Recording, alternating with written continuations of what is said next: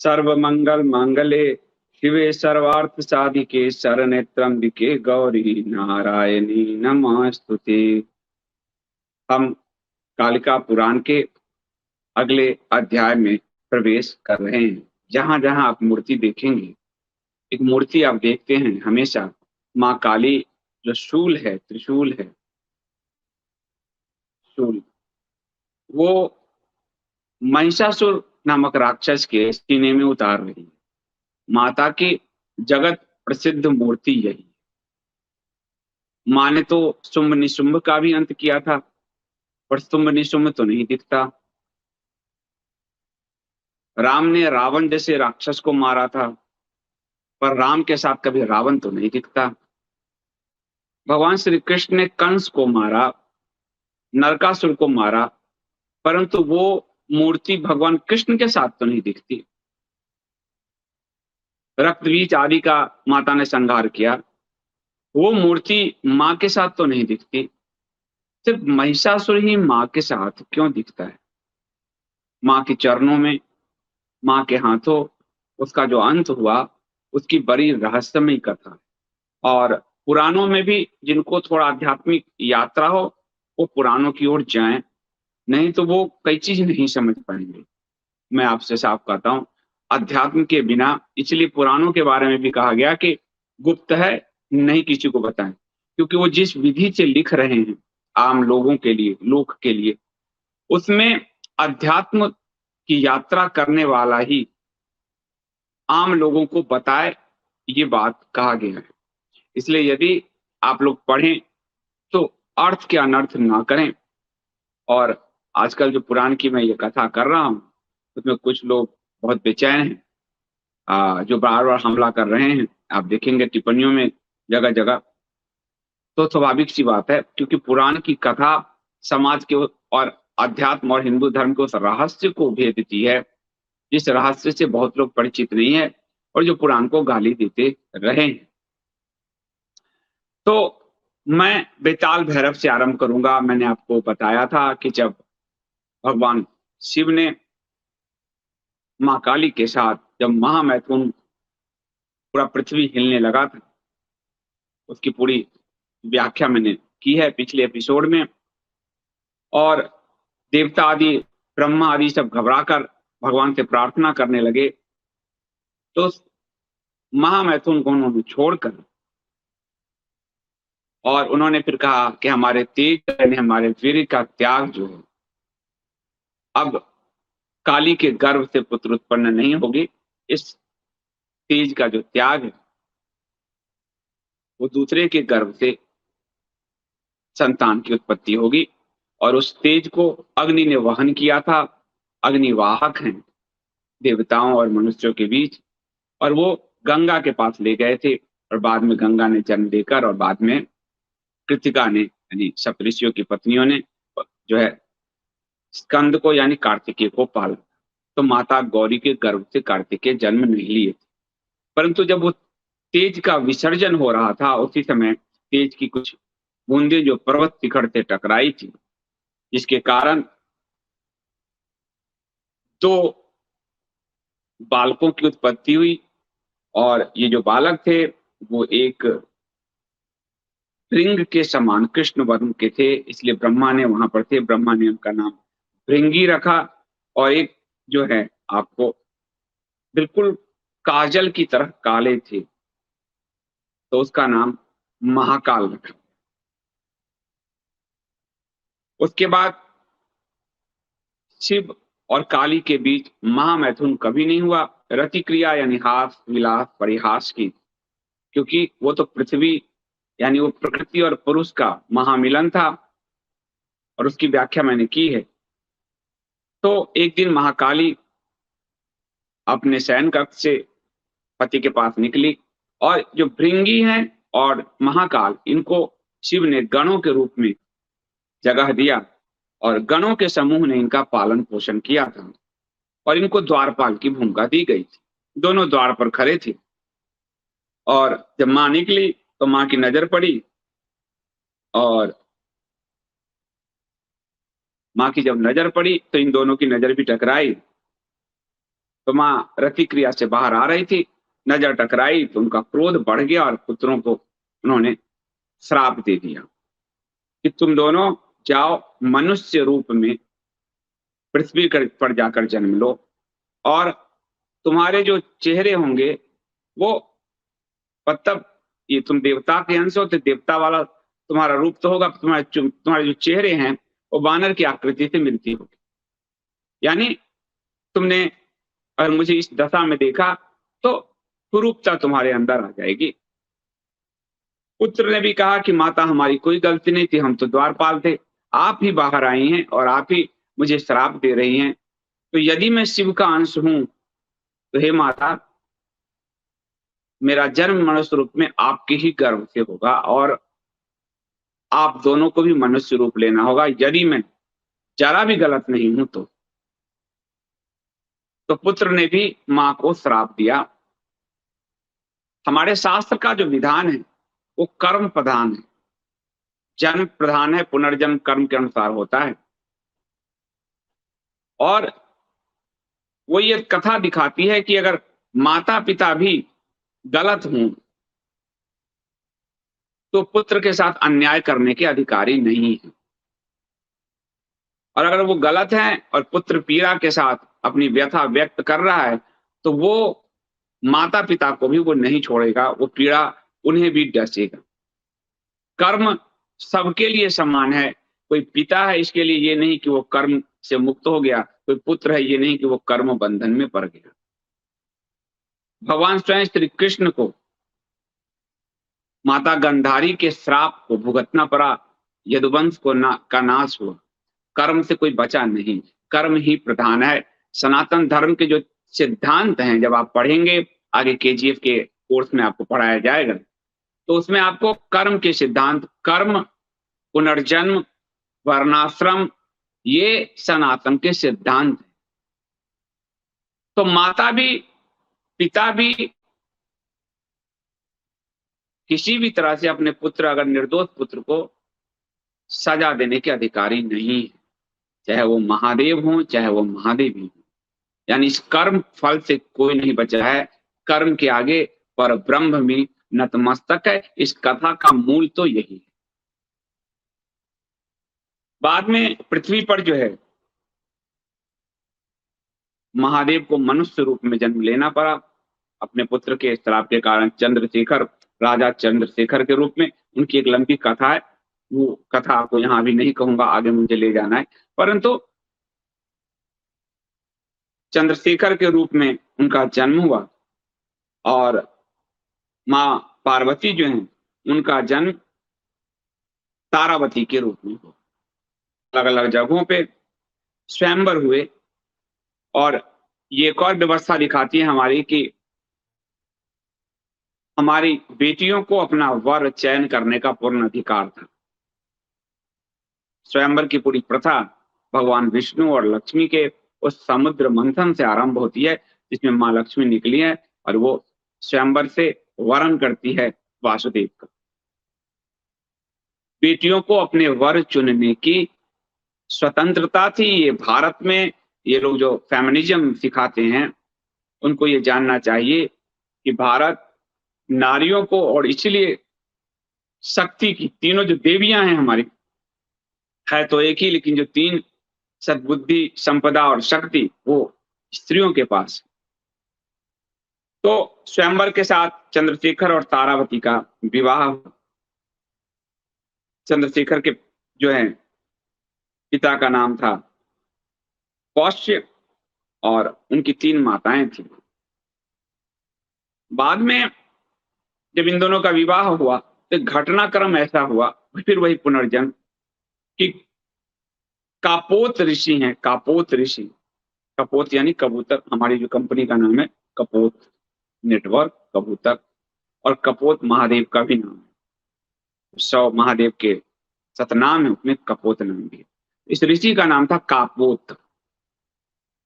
कापोत ऋषि ने तारावती को श्राप दिया। कालक्रम से ऐसी घटनाक्रम हुई, और उस घटनाक्रम का भी एक बड़ा, ये उपनिषद काल में इसकी बड़ी सुंदर व्याख्या है। घटनाक्रम में ये था कि जैसे वशिष्ठ है, अरुंधति के साथ उनका विवाह हुआ, जब तप करते थे वन में, यानी काम प्रबल भाव है, मूल भाव है, ये मैं आपको लगातार कहता आ रहा हूं, और ये हमारे शास्त्रों में, इसलिए काम देवता है, काम राक्षस नहीं है, काम देवता है। तो जिनकी गुरु जो पत्नियां थी वो तो अपना गृहस्थ जीवन जीते थे, लेकिन बहुत सारे ऋषि ऐसे थे जो संसार छोड़ के तो आए थे, लेकिन संसार उनके मन से नहीं निकला। वो काम का त्याग करने करके तो आए थे, लेकिन काम ने उनका पीछा नहीं छोड़ा था, और काम के वशीभूत थे। इसलिए जब भी जंगल में कोई सुंदर अप्सरा स्त्री देखते तो वो कामातुर हो जाते। और ऐसी कथा आपको विश्वामित्र के लिए भी है, मेनका का भी आपको ऐसी कथाएं मिलेगी। उसकी मूल भाव में जो मूल भाव है, उसका भाव यही है, जो महादेव और पार्वती की कल की कथा में आपको बताया था, कि विघ्न रहते हुए यदि आपका तप सध जाए तब आप महादेव हैं, तब आप महायोगी हैं। और विघ्न रहते हुए यदि तप ना सधे तो आप तपस्वी योगी नहीं है। फिर से उस प्रक्रिया को, फिर से 100 साल, जितना साल फिर से आपको तप करना पड़ता था, तप वहां खंडित हो जाता। और मूल भाव ये है कि जब तक आप स्वयं को नहीं जीतते, काम को नहीं जीतते, तब आदि के आप अनुकूल नहीं। और इसलिए जब काम में पड़ते फिर से तप की यात्रा करनी पड़ती। और काम जनित आपका अगर शरीर है, जैसे काली के रूप में था, तो तप यानी तप शुद्धि है, वो सोना बनाता है। तप के जरिए काली को योनिजा से अयोनिजा बनाया गया, जो कल आपको बताया था। तो कपोत ऋषि एक बार तारावती स्नान कर रही थी, और कपोत ऋषि की कुदृष्टि उन पर पड़ गई। कपोत ऋषि के मन में ये बात आया कि ये पाप है, शास्त्र लिखते हैं साफ साफ कि ये पाप है। लेकिन उनकी इच्छा उनके उसके साथ समागम की हुई, और उन्होंने ये इच्छा जाहिर की। तारावती कही, मैं तो विवाहिता हूं, राजा चंद्रशेखर मेरे पति हैं। लेकिन वो ऋषि कामातुर हो गए, और उन्होंने कहा कि अगर तुमने मेरी इच्छा को पूर्ण नहीं किया तो मैं तुम्हें तुम्हारे वंश को समाप्त करने का श्राप दे दूंगा। ये उस समय था वनों में, जो गुरु पत्नियां, जो गुरु रहते थे वहां नहीं, जो लोग संसार अपने मन में लेकर चले जाते थे। और कपोत ऋषि ने कहा कि ये तो पाप है, लेकिन तप के द्वारा इस पाप की मैं शुद्धि कर लूंगा, लेकिन मेरे से काम अब नहीं संभल रहा। तो तारावती ने कहा कि मेरी सहेलियों से मुझे बात करके आने दीजिए। और वो सहेलियों से बात करने के लिए गई, और सहेलियों से बात करते हुए उसने बताया कि मैं तो पतिव्रता स्त्री हूं, और तारावती के अंदर तो आत्मा गौरी की है, और जो राजा हैं शेखर, चंद्रशेखर, उसमें शिव की है। और गौरी और शिव, तो शिव ने उनको वचन दिया है, गौरी, वो दोनों एक दूसरे किसी और के हो नहीं सकते, तो पतिव्रता हैं। तो उन्होंने कहा कि तो ये जो तारावती थी, इसकी एक बहन थी चित्रांगदा, इसकी भी कथा है, पर वो विषयांतर हो जाएगा आपका। चित्रांगदा जो है उसको राजा ने, तारावती के पिता ने अपनी एक बेटी को भी उनके साथ भेजा था। ससुराल में लोग भेजते हैं, बहन सालियां ये सब जाती है। तो चित्रांगदा ने कहा कि क्या इसमें कोई वो नहीं है, वो तो कामातुर ऋषि हैं, वो तुमको पहचान नहीं पाए होंगे, और आंख ऐसे भी काम में अंधा हो जाता है, काम में बुद्धि विवेक भ्रष्ट हो जाती।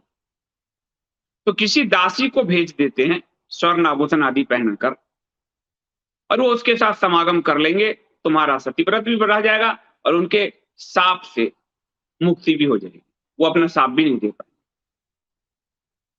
तो तारावती ने कहा कि कोई दासी पकड़ी जाएगी, राज परिवार की कन्या को देखा है उन्होंने, तो तुम ही चले जाओ चित्रांगदा से। चित्रांगदा अब क्या करे, तो चित्रांगदा गई, और चित्रांगदा जो है ऋषि के साथ समागम किया, चित्रांगदा ऋषि के साथ ही रहने लगी, उससे 2 पुत्र भी उनको उत्पन्न हुए। ये जो व्यवस्था है, इस व्यवस्था पे प्रथम प्रहार जो किया, इस व्यवस्था तो नहीं कहूंगा, कुव्यवस्था जो थी, और इसलिए हमारे शास्त्रों में कोर्स करेक्शंस की बड़ी विधि रही। तो आरुणि उद्दालक जो थे उपनिषद काल में, जिनके पुत्र थे श्वेत केतु, एक दिन आरुणि उद्दालक, श्वेत केतु और उनकी माता बैठी हुई थी। ये मैं आपको विषयांतर कर रहा हूं, लेकिन समझाने के लिए कि हमारे ऋषि कोर्स करेक्शंस भी करते थे। कपोत जैसे ऋषि थे तो समाज में श्वेत केतु जैसे महान मर्यादा पालक भी थे। और ऋषि जो तपस्या कर, पूरा जो तपवन ही था, जो आप देखिए दंडकारण्य और ये सब, तो एक ऋषि आए और वो कामातुर थे, और उन्होंने आरुणि उद्दालक की पत्नी और श्वेत केतु की मां, उनके कंधे पर हाथ रख दिया और घसीटने लगे। श्वेत केतु को बहुत पीड़ा हुई, और श्वेत केतु ने एक महाब्रह्म वाक्य आरुणि उद्दालक और श्वेत केतु के बीच जो तत्वमसि का है, जो तुम ही वो ब्रह्म। श्वेत केतु ने उसके बाद ये मर्यादा स्थापित की आपकी, बिना विवाह के ये जो स्वच्छंद आचरण है, यौनाचार, ये अमर्यादित है, इसकी पाप का भुगतान आपको करना पड़ेगा। और उसके बाद वन में जो ऋषि आदि थे, कहते हैं विवाह की विधि व्यवस्था जो है, उसके बाद श्वेत केतु ने इस व्यवस्था को स्थापित किया। कोई स्वेच्छाचार नहीं करेगा, स्वच्छंदता नहीं करेगा। ये आरुणि उद्दालक के पुत्र श्वेत केतु द्वारा स्थापित। और इस पुराण की कथा में आपने सुना कि संध्या जब काम के बाण से वो दग्ध हो गई थी, उसके बाद उन्होंने अपने जीवन सौंप दिया और भगवान विष्णु से इस बात का वरदान लिया कि जन्म लेते ही किसी के अंदर काम प्रवेश नहीं करेगा, काम उसे अपना प्रहार, काम उस पर अपना प्रहार नहीं करेगा, उसे जो है तो किशोरावस्था जो भगवान ने दिया, यानी हमारी कथाओं के बीच कोर्स करेक्शंस की जो पद्धति थी वो चलती रहती थी। ये दुनिया के किसी धर्म तो कोई है ही नहीं बाकियों में, वो तो जो कह गए किसी के बच्ची को उठा लो तो उठा रहे हैं। तो हमारे यहाँ ये तो कपोत ऋषि खुद जानते थे वो पाप कर रहे हैं, उन्होंने कहा इस पाप को मैं तप से काट दूंगा। और इसके लिए आपको उपनिषद काल में मैंने बताया कि बाकायदा व्यवस्था श्वेत केतु ने समाज के लिए बनाई। सबसे जो है स्वच्छंद आचरण बंद हुआ। तो बाद में चित्रांगदा से कपोत ऋषि को पता चल गया कि आपने एक दिन और तारावती स्नान कर रही थी सागर में, फिर वो कामातुर हुई। तो उन्होंने कहा ये कौन सुंदरी है? तो चित्रांगना ने कहा कि दिमाग अपने आप ठीक रखो, ये सती है, राजा की पत्नी है, ये मेरी बहन है, और पिछली बार भी आपने ये किया था जिसके कारण मुझे आपके साथ रहना पड़ा। तो अपनी गलतियों को मानने की जगह कपोत ऋषि को क्रोध आ गया, और कपोत ऋषि ने तारावती को ये श्राप दे दिया वहां पर। और ये जन्म के प्रभाव आप देखिए, क्योंकि वहां पे आपको महाकाल और श्रृंगी ने श्राप दिया था अपने माता पिता को, जिसके कारण चंद्रशेखर और तारावती को जन्म लेना पड़ा। अभी यहां पर कपोत ने श्राप दिया कि तुमने मेरा तिरस्कार किया तो तुमको कुरूप, वृद्ध, कापाली व्यक्ति तुम्हें हरेगा और वो तुम्हारे साथ संसर्ग करके संतानोत्पत्ति करेगा। अब तारावती आई, डर के मारे राजा को बताया। राजा चंद्रशेखर ने बहुत बड़े महल की स्थापना बनवाई, उसको सुरक्षा में किया, और तारावती से वो मिलने आते थे राजा। एक दिन महादेव और महादेवी, यानी महादेव और काली आकाश से गमन कर रहे थे, और महादेव ने महाकाली को कहा कि तुमने पहचाना, ये तुम हो, और ये इसका जो पति चंद्रशेखर है वो मैं हूं। और महाकाल और भृंगी पुत्रों ने जो हमें श्राप दिया था, जिसके कारण हम दोनों को मनुष्य रूप में रहना पड़ा, लेकिन एक और श्राप लग गया है तो इस श्राप के कारण मुझे इसे संतान देना पड़ेगा तारावती को, लेकिन मैं किसी और के साथ समागम तो कर नहीं सकता मनुष्य रूप में भी, तो तुम इसकी आत्मा में प्रवेश कर जाओ। महाकाली, उन्होंने काली को कहा। और फिर महादेव, वही महादेव कपाली थे, भस्म रमा हुआ था, सांप शरीर पर था, जो महाकाल का, जो महादेव का रूप है। और महादेव ने उस रूप के साथ संसर्ग किया, जिससे जो है बैताल भैरव यानी 2 संतानों की उत्पत्ति हुई। तो बैताल भैरव भी वही भृंगी और महाकाल ने पुनः जन्म लिया बैताल और भैरव के रूप। इधर चंद्रशेखर आए, पत्नी की हालत देखी, फिर उनको पता चला, उन संतानों को देखा उन्होंने, तो उनको काफी क्रोध आया। तो नारद जी आए और नारद जी ने आत्मज्ञान दिया कि आप हो कौन, आप खुद महादेव हो और ये तारावती स्वयं काली है मनुष्य रूप में, और ये दोनों जो संतान हैं ये भी महादेव की संतान है, महादेव ने ही इनके साथ संसर्ग किया है और ये बैताल भैरव के रूप में। तो उन्होंने कहा कि ठीक है, लेकिन अपने भी उनके 3 पुत्र थे, तो उन तीनों पुत्र के नाम था उपरिचर, दमन और अलर। तो राजा को प्रजा का पिता कहा गया, लेकिन राजा यहाँ मनुष्य रूप में होकर भी शंकर भी, यहाँ पर उन्होंने एक भेदभाव कर दिया। अपने पुत्रों को तो उन्होंने राज धन सब दिए, अपना बड़ा पुत्र उपरिचर को उन्होंने युवराज बनाया, परंतु बेताल भैरव के साथ उन्होंने सौतेले पिता जैसा बर्ताव किया। ये यहाँ पर दिखाता है कि आपके अंदर जो सन्यास है, वैराग्य की इच्छा, यदि आपका परिवार या आपके प्रियजन जब ठुकराएं, तो वैराग्य की इच्छा अगर जग जाए तो आप महायात्रा पर निकल सकते हैं, नहीं तो आप अपनी आत्महीनता की स्थिति को प्राप्त कर वहीं पड़े रहते। बैताल और भैरव के अंदर उस स्वाभिमान जगा और वो उस महायात्रा पर निकल गए। महायात्रा पर निकले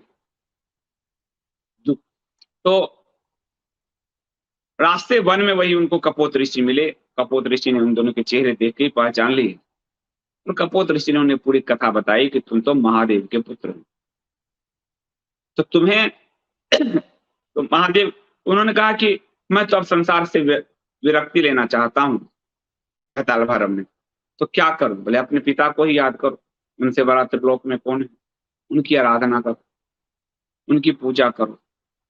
तो उन्होंने कहा कि उनकी पूजा मैं कहाँ करूं, कैसे करूं, हमें तो कुछ पता ही नहीं है। तो अताल भैरव ने जो है बेताल भैरव को कपोत ऋषि ने जो है उनको पूरा ज्ञान दिया कि कैसे तुम्हें शिव की आराधना करनी है, कहाँ तुम्हें शिव की आराधना करनी है। उन्होंने कहा कि शिव वैसे तो पूरी पूरी आकाश, पूरी पृथ्वी सब उन्हीं की भूमि है। कैलाश पे वो रहते हैं, आकाश जो है आकाशस्थ वो रहते हैं, लेकिन काशीपुरी जो है गंगा के किनारे जो त्रिशूल पे उनके बसा है और पूरे आकाश भूमि में, यानी शिव की वो नगरी है, शिव के द्वारा बसाई वो नगरी है, धनुषाकृति है उसका। वर्तमान समय में जो अंग्रेज इतिहासकारों ने जो ऊपर से सैटेलाइट पिक्चर आदि के जरिए काशी की जो आकृति है, उन्होंने कहा यह मानव निर्मित तो हो नहीं सकता। धनुष आकृति है, चंद्रमा की तरफ कटी हुई गंगा की धारा है, गंगा के पथ उल्टे हैं, यह मनुष्य निर्मित आकृति तो हो नहीं सकती। काशी तो पति है, काशी तो देवभूमि है। आनंद वन जहां पर शिव और काली अपने विहार के लिए आए थे, फिर काशी का उन्होंने निर्माण किया। तो वर्तमान के इतिहासकारों ने भी काशी की पूरी रचना को देखकर सैटेलाइट पिक्चर देख के कहा कि यह मानव निर्मित तो नहीं। अब उसी काशी में विध्वंस चल रहा है। कुतुबुद्दीन ऐबक के समय से विध्वंस शुरू हुआ था और आज तक चल रहा है। गंगा की उस धारा को भी मोड़ा जा रहा है, वहां भी पत्थर गारे दे के उनका पूरा गंगा को भी अवरुद्ध किया गया है, और काशी के पूरे उसके तंत्र को, जो तंत्र विधि से काशी का की रचना धनुष की आकृति में, वो भी ध्वंस हो। तो उन्होंने कहा कि काशी में शिव हमेशा अपने चिंतन में मग्न रहते हैं, योग बल द्वारा हमेशा वो आकाश में रहते हैं, और जब भी कोई वहां मृत होता है तो उसको वो मोक्ष प्रदान करते हैं। और लेकिन काशी में एक बात और है कि शंकर यहाँ पर किसी की अभिलाषा शीघ्र पूर्ण नहीं करते, वरना सब काशी में भीड़ पैदा करते, वो शीघ्र प्रसन्न भी नहीं होते। कई लोगों को गलतफहमी जो होगी वो गलतफहमी निकाल ले। और जब तक दीर्घ काल तक कोई यहाँ साधना नहीं करता, तप नहीं करता, काशी में शिव इतनी जल्दी प्रसन्न नहीं होते। तो ये भी कहा गया कि मोक्ष के लिए जो मरने लोग वहां जाते थे, वो सबको मोक्ष नहीं मिल सकता, वो इतनी जल्दी प्रसन्न नहीं होते काशी। वो गृहस्थ भाव में, वो तो राजा दिवोदास से शायद, जहां तक मुझे याद है, उस तक को उन्होंने भगवान शिव हरि से कहा कि इनको यहां से ले जाइए। तो इसीलिए काशी जो इतनी बड़ी भूमि है, आज देखिए वहां के लोगों की हालत कि वो अपने शिव के परिवार के ध्वंस पर भी नहीं बोल पा रहे, तो शिव उनसे प्रसन्न नहीं होते। ये शास्त्र में अब जब मैं पढ़ रहा हूं तो चीजें और क्लियर होती जा रही हैं। तो उन्होंने कहा कि यहाँ काशी में जो है, यहाँ गौरी का गमन आगमन भी नहीं होता। यह इस महाक्षेत्र रूपी योग स्थान से गौरी कभी नहीं जाती, गौरी यहीं रहती है क्योंकि आनंद वन है, ये महा योग स्थान है, महातप स्थान है, महातंत्र स्थान है। परंतु यहाँ बहुत लंबा समय लगता है साधकों को। तो जहां तुम्हें जल्दी भगवान प्रसन्न हो जाएंगे, वो जगह है कामरूप, कामाख्या, आसाम जो आज का है। और यह धर्म अर्थ काम का तीर्थ है। और काम रूप क्यों नाम पड़ा? क्योंकि जब रति विलाप कर रही थी, महादेव ने काम को भस्म किया और उसका जो भस्म अपने शरीर पर लगाया। बाद में काम अनंग रूप में तो सब जगह था ही, रति विलाप कर रही थी अपने सशरीर पति के लिए। तो यहाँ के पर्वत पर ही उन्होंने काम को पुनः शरीर प्रदान किया महादेव ने, इसलिए उस पर्वत क्षेत्र, उस क्षेत्र का नाम कामरूप पर, जहाँ की माता जो है वो कामाख्या है। तो और इसके बारे में उन्होंने कहा कि कामाख्या में शीघ्र माता प्रसन्न होती है, काशी में गौरी प्रसन्न नहीं होती, लेकिन कामाख्या में माता शीघ्र प्रसन्न होती है। और यह गुप्त से भी गुप्त क्षेत्र है। यहाँ हमेशा सदा सर्वदा पार्वती शंकर के सन्निहित ही रहते हैं, और पूजित होने पर यहाँ बहुत शीघ्र फल प्रदान करते हैं। हर शिव भक्त पर मां कामाख्या के रूप में पार्वती ही उनको उनको उनको कृपा प्रदान करती है। और आप जानते हैं कि सती जो थी, सती के शरीर का जब ध्वंस हुआ था तो उनका जो योनि मंडल क्षेत्र है वो कामाख्या में गिरा था, इसलिए सबसे जागृत पीठ है, प्रकृति पीठ है, सबसे जागृत है। और वही काम रूप में काम को शरीर भी प्राप्त हुआ था, इसलिए वो काम रूप है। तो तुम वहां जाओ, और वहां पे एक संध्या पर्वत है जहां महर्षि वशिष्ठ उपासना कर रहे हैं, वहां जाओ और वही तुम्हें गुरु मंत्र देंगे, दीक्षा देंगे, और वो जिस तरह से कहें पूजा पाठ करना, ध्यान करना, महादेव प्रसन्न होंगे। और दोनों जो है आपको बैताल और भैरव दोनों चल पड़े।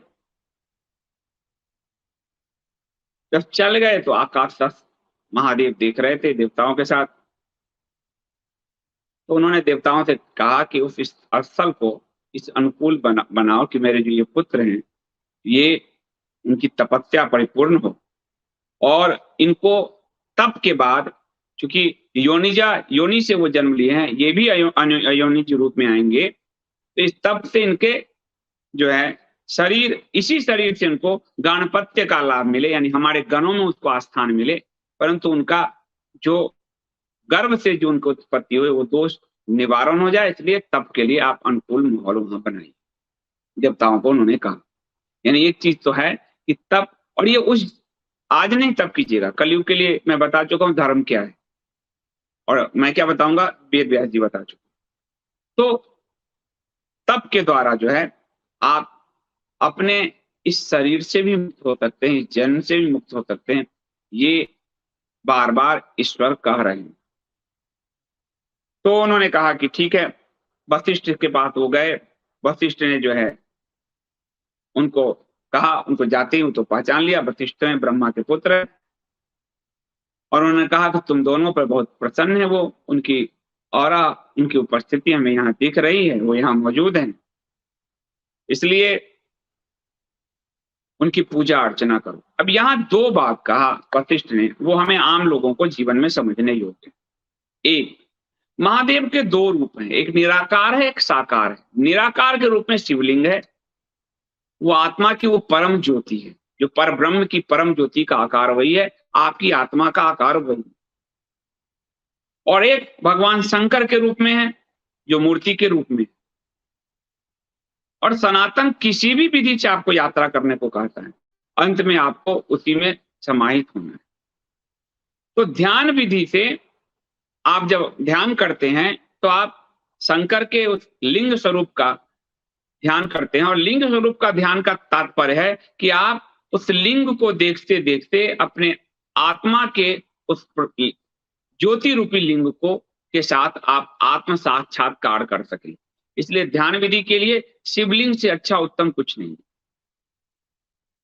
क्योंकि उसी आकार पर ध्यान करते करते करते करते आप अपने आत्मा के आकार से एकाकार होने लगते हैं, क्योंकि मूल परम ज्योति जो पर ब्रह्म है, जिसके अंश ब्रह्मा विष्णु महेश से लेकर और हम और आप सब हैं, हर प्राणी है, उसका वो मूल उस अखंड ज्योति के रूप में ही है, और वही ज्योति आपके हमारे सबके आत्मा में है। इसलिए शिवलिंग का बड़ा महत्व, शिवलिंग का तात्पर्य भी यही।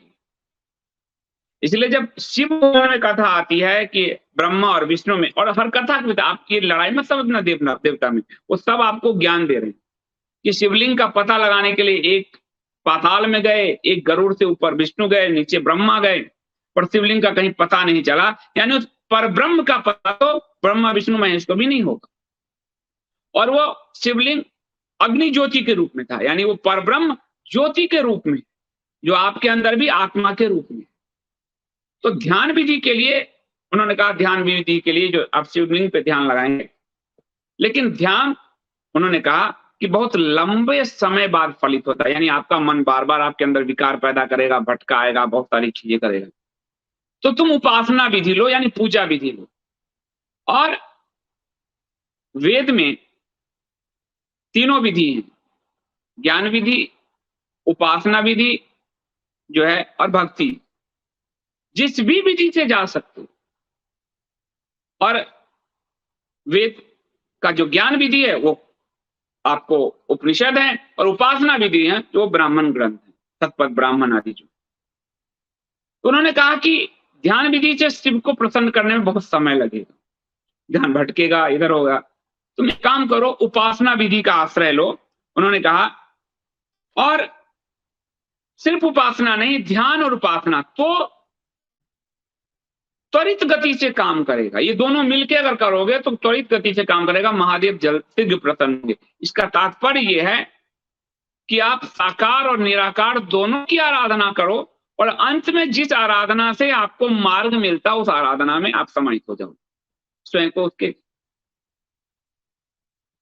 और इसीलिए रामकृष्ण परमहंस की जो तोतापुरी जी की जो कथा, उनके गुरु का, कि साकार काली को बार बार देखते थे, और अंत में निराकार जब नहीं सध रहा था तो उन्होंने रामकृष्ण जी के माथे पर शीशा से चीरा लगा दिया था कि अब यहाँ पे तुम अपना ध्यान केंद्रित करो, और 3 दिन तक राम कृष्ण उसी अवस्था में बैठे रहे और फिर वो ध्यान को प्राप्त हो गए, ज्ञान को प्राप्त हो गए, तब तक वो नहीं हो रहे थे। दोनों विधि, इसलिए सनातन में परमात्मा ने आपको दो ऐसे विधि दिया कि एक साथ लेके चलो, और जहां पर लगे कि ये विधि ज्यादा नहीं समझ मतलब चल पा रही है, यही विधि से हम नजदीक जा रहे हैं, तो उस विधि को करो, अंत में तुमको वही हो जाना है। तो सनातन और अध्यात्म से बड़ा परम विज्ञान कुछ नहीं। ये व्यक्ति व्यक्ति को राह देता है वहां तक पहुंचने की। तो उन्होंने कहा कि सिर्फ ध्यान से जाओगे तो बहुत लंबा समय लगेगा, तब आदि में हजारों वर्ष लगेंगे। ध्यान को भी अपनाओ और पूजन को भी अपनाओ, ये दो ही विधि काम करेगी। यानी तुम्हारे मन की गति जो है वो जो यहां से वहां भागेगी, वो ध्यान में भी गए, फिर पूजन में गए। पूजन में इतने तरह के आपको विधियां हैं कि उस विधियां में मन आपको भटकने का चांस आपके खत्म हो जाता है कि कहीं कोई गलती ना हो जाए। बार बार जो आपको कहा जाता है कि मंत्र में गलती ना हो जाए, पूजा में ऐसे करो, यहां से चल लो, तो आपका तो अंधविश्वास। ये वो है कि आपके दिमाग को स्पेस ना मिले, तब पर ब्रह्म उतरेगा। यानी आपके दिमाग को सेकंड भर का भी छिद्र मिल गया, जैसे काम छिद्र ढूंढ रहा था महादेव के दिमाग में, जरा भी वो देखें गौरी को जो है पार्वती को, तो हम घुस जाएं। तो वो छोटा सा जो छिद्र है वो भी आपके दिमाग को ना मिले, नहीं तो कामनाएं, संसार, पत्नी, बच्चे, संसार सब कुछ घुस जाएंगे। इसलिए पूजन में जो इतनी सारी विधियां कराई जाती है वो आपके दिमाग को इंगेज रखता है, तो आपके चेतना को जागृत रखता है, वो भटकने नहीं देता। साधारण लोगों के लिए ध्यान में जैसे सांस, उसमें आपको सांस को आते जाते देखना है, ध्यान में दिमाग कहीं भटके फिर। और पूजन में है कि आप कई विधि जब करते हो पूजन में, जल डाला, अक्षत डाला, फूल डाला, तिल डाला, दिमाग को सोचने का टाइम ही नहीं मिलता, वो वहां पे केंद्रित हो जाता है कि अक्षत क्या है, तिल क्या है, फिर मंत्र बोल रहे हैं, मंत्र का उच्चारण, तो मंत्र जो है आपके पुनरावृत्ति से तो आपके उस दिमाग के स्पेस को भर देता है। और जब वो दिमाग के स्पेस को भर देता है तो दिमाग उस खालीपन में कहीं और फ्रांस की यात्रा नहीं कर पाता, किसी रमणी, किसी स्त्री की यात्रा नहीं कर पाता, किसी संसार की यात्रा नहीं कर पाता, दुकान की यात्रा नहीं कर पाता, अरे आज मेरा क्या होगा वाली यात्रा नहीं कर पाता, वो उसमें इंगेज हो जाता है, दिमाग को इंगेज। तो मंत्र जो है वो मन से मुक्ति ही मंत्र है, मन से मुक्ति, इसलिए मंत्र की आवृत्ति होती है, उसका पाठ होता है, पुनरावृत्ति, पुनः पुनः उक्ति, पुनरावृत्ति यानी पुनः पुनः उक्ति, बार बार बारंबार बारंबार वर्तुल रूप में, चक्र रूप में। तो वशिष्ठ ने कहा उनको कि तुम ये दोनों विधि का वो करो, उपयोग करो, और उस तेजोमय नित्य निरंजन ज्ञानवान उस शंकर को प्रसन्न करो।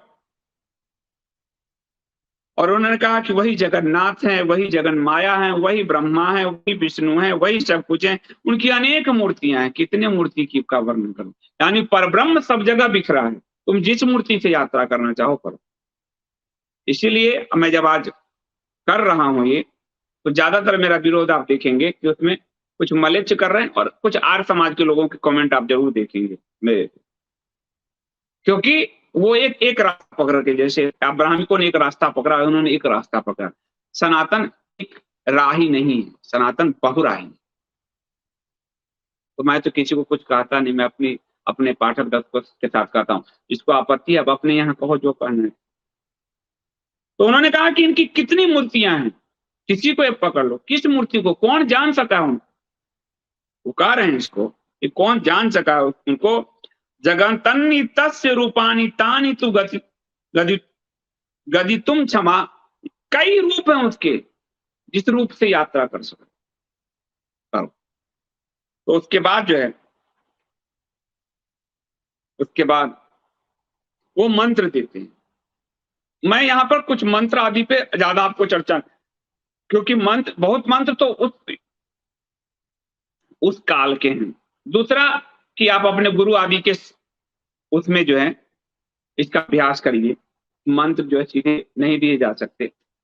और बहुत सारे मंत्र हैं तो उस काल के हैं, सतयुग, त्रेता, द्वापर काल के, जो अब फलीभूत उतने नहीं होंगे। और बहुत सारे मंत्र तंत्र के हैं, वो तंत्र की विधि ज्ञाता के साथ ही, अब तो बहुत बड़े तांत्रिक रह भी नहीं गए गोपीनाथ कविराज तक तो हम लोग पढ़ते हैं, उसके बाद तंत्र की व्याख्या फिर उथली हो गई।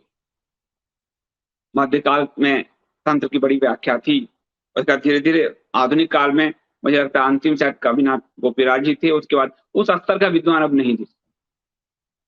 तो उसमें बहुत घुसने की ज़रूरत नहीं है, उसके क्रिया की प्रतिक्रिया भी हो जाती है। मंत्र बड़े पावरफुल होते हैं, बहुत पावरफुल होते हैं। आप विष्णु सहस्त्रनाम ही पाठ करो, आपके जीवन देखो कैसे चेंज हो जाए, कैसे बदल जाएगा। मैं सोच नहीं सकता था कि 90 अध्याय का पाठ कर पाऊँ और उपवास में रह के कर पाऊँ। ये हो जाता है, मंत्र बड़े पावरफुल हैं। तो उन्होंने जो है, तो मैं मंत्रों को जो है आपको वहाँ आप मत उलझिए। तो फिर उन्होंने मंत्र दिए उनको कि कैसे आप ध्यान पूजा विधि करोगे, मंत्र करोगे, यानी कोई गुरु चाहिए। यहाँ वो संदेश दे रहे हैं कि कोई गुरु चाहिए जो तुमको मंत्र पूजा विधि आदि बताए, तो तुम यात्रा कर सकोगे। सचगुरु जो सदगुरु हो, वशिष्ठ जैसे हो, दिनारी बाबा हो जैसे नहीं, जिन्हें कुछ नहीं मालूम। गलत गुरु का चयन भी आपकी अवनति का कारण होता है। तो गुरु कैसे चुने? अच्छा ये है कि शास्त्रों में ध्यान लगाइए, और जब आपकी निष्ठा जगेगी, गुरु स्वयं आपको बुला लेगा। जैसे शिष्य को गुरु की प्यास है, वैसे गुरु को भी सच्चे शिष्य की प्यास है। तो उस स्वयं आपको बुला लेगा। आप निश्चिंत होकर अपने ग्रंथ को यानी स्वाध्याय को आधार बनाइए। और मार्कंडेय ऋषि की कथा आपको बताई है मैंने कि ध्यान, धारणा, समाधि, स्वाध्याय के जरिए उन्होंने अमरत्व को प्राप्त कर लिया। तो स्वाध्याय से अपनी यात्रा आरंभ कीजिए। उसके बाद जो है कि दोनों भाई तपस्या करना शुरू करते हैं, और तो फिर प्रसन्न होते हैं शिव। और शिव प्रसन्न होते हैं तो कहते हैं वर मांगो। वो कहते हैं कि आप हमें वांछित वर दीजिए। उन्होंने कहा सबसे पहले मैं तुम्हें मानव रूप से मुक्ति देता हूँ, तब तुमने कर लिया है। और इंद्र को कहा कि अमृत पान इनको कराओ, ताकि ये जो गर्भ से जन्म लिए हैं वो दोष इनका कट जाए। गर्भ से जन्म का दोष है मृत्यु, जन्म लिया है तो मृत्यु। तो बेताल भैरव अब मृत्यु के बंधन से, जन्म मृत्यु के बंधन से छूट जाए। गर्भ का यानी योनि मार्ग से प्रसव का, जन्म का दोष वही है, जन्म और मृत्यु के चक्र।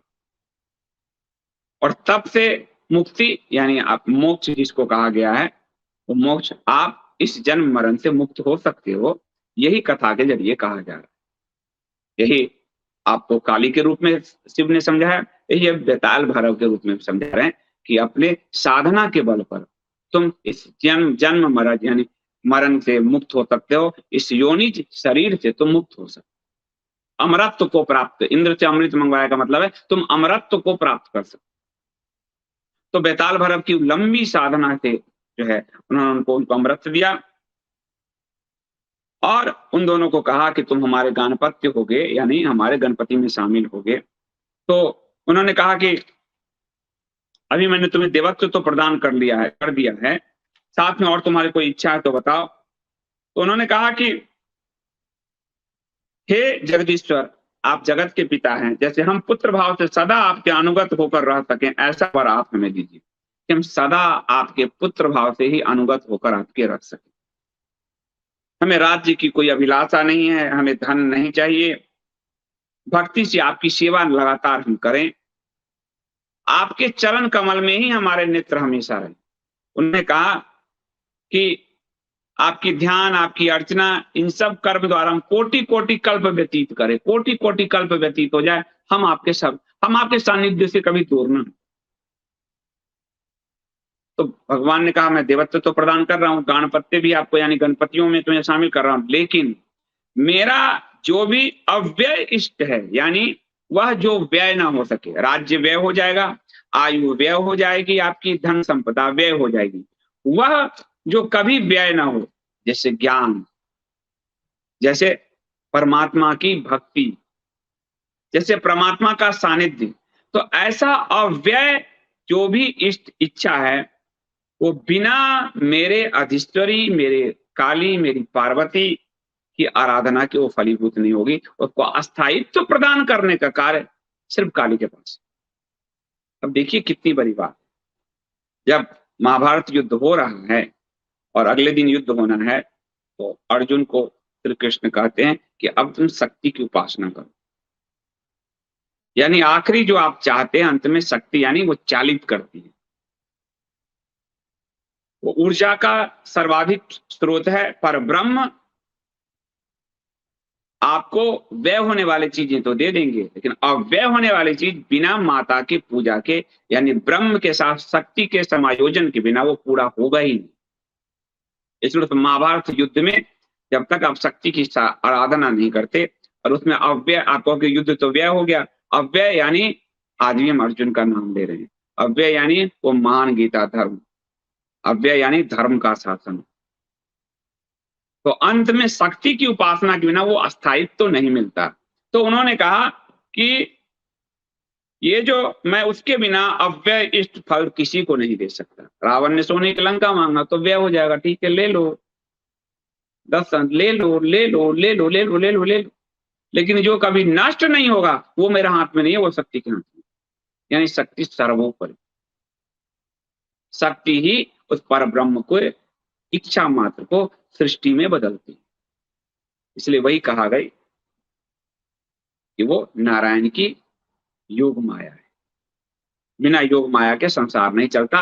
गाड़ी बिना इंजन के नहीं चलता। गाड़ी जो ढांचा है उसमें इंजन वो शक्ति है, पावर है।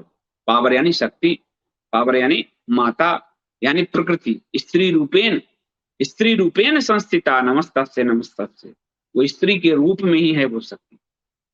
आपके जीवन में आप सोच के देखो, आप स्वयं में क्या हो? अपूर्ण हो। आपके लिए आपके मान लो वंश ले लो, बढ़ती, बिना स्त्री के आपके जीवन की गति नहीं हो सकती, आपके वंश की वृद्धि नहीं हो सकती, आपके मतलब मल्टीपल आपके जीवन को करने का काम स्त्री ही, इसलिए वो सर्वोपरि है।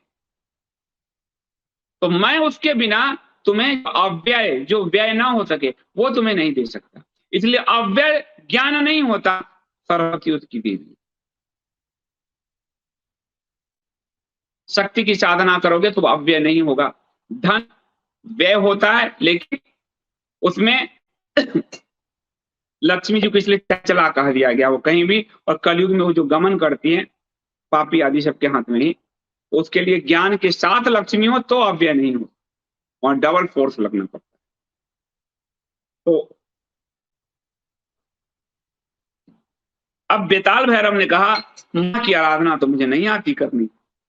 तो यहां भगवान शंकर उनको महान तंत्र मंत्र का ज्ञान देते हैं। तंत्र यानी मंत्र का उपदेश जो देते हैं, गुप्त से गुप्त मंत्र देते हैं। उस मंत्र के में हम नहीं पढ़ेंगे, क्योंकि उस मंत्र को हम आप किसी गुरु के सानिध्य में ही, और ये हालांकि उस काल का है।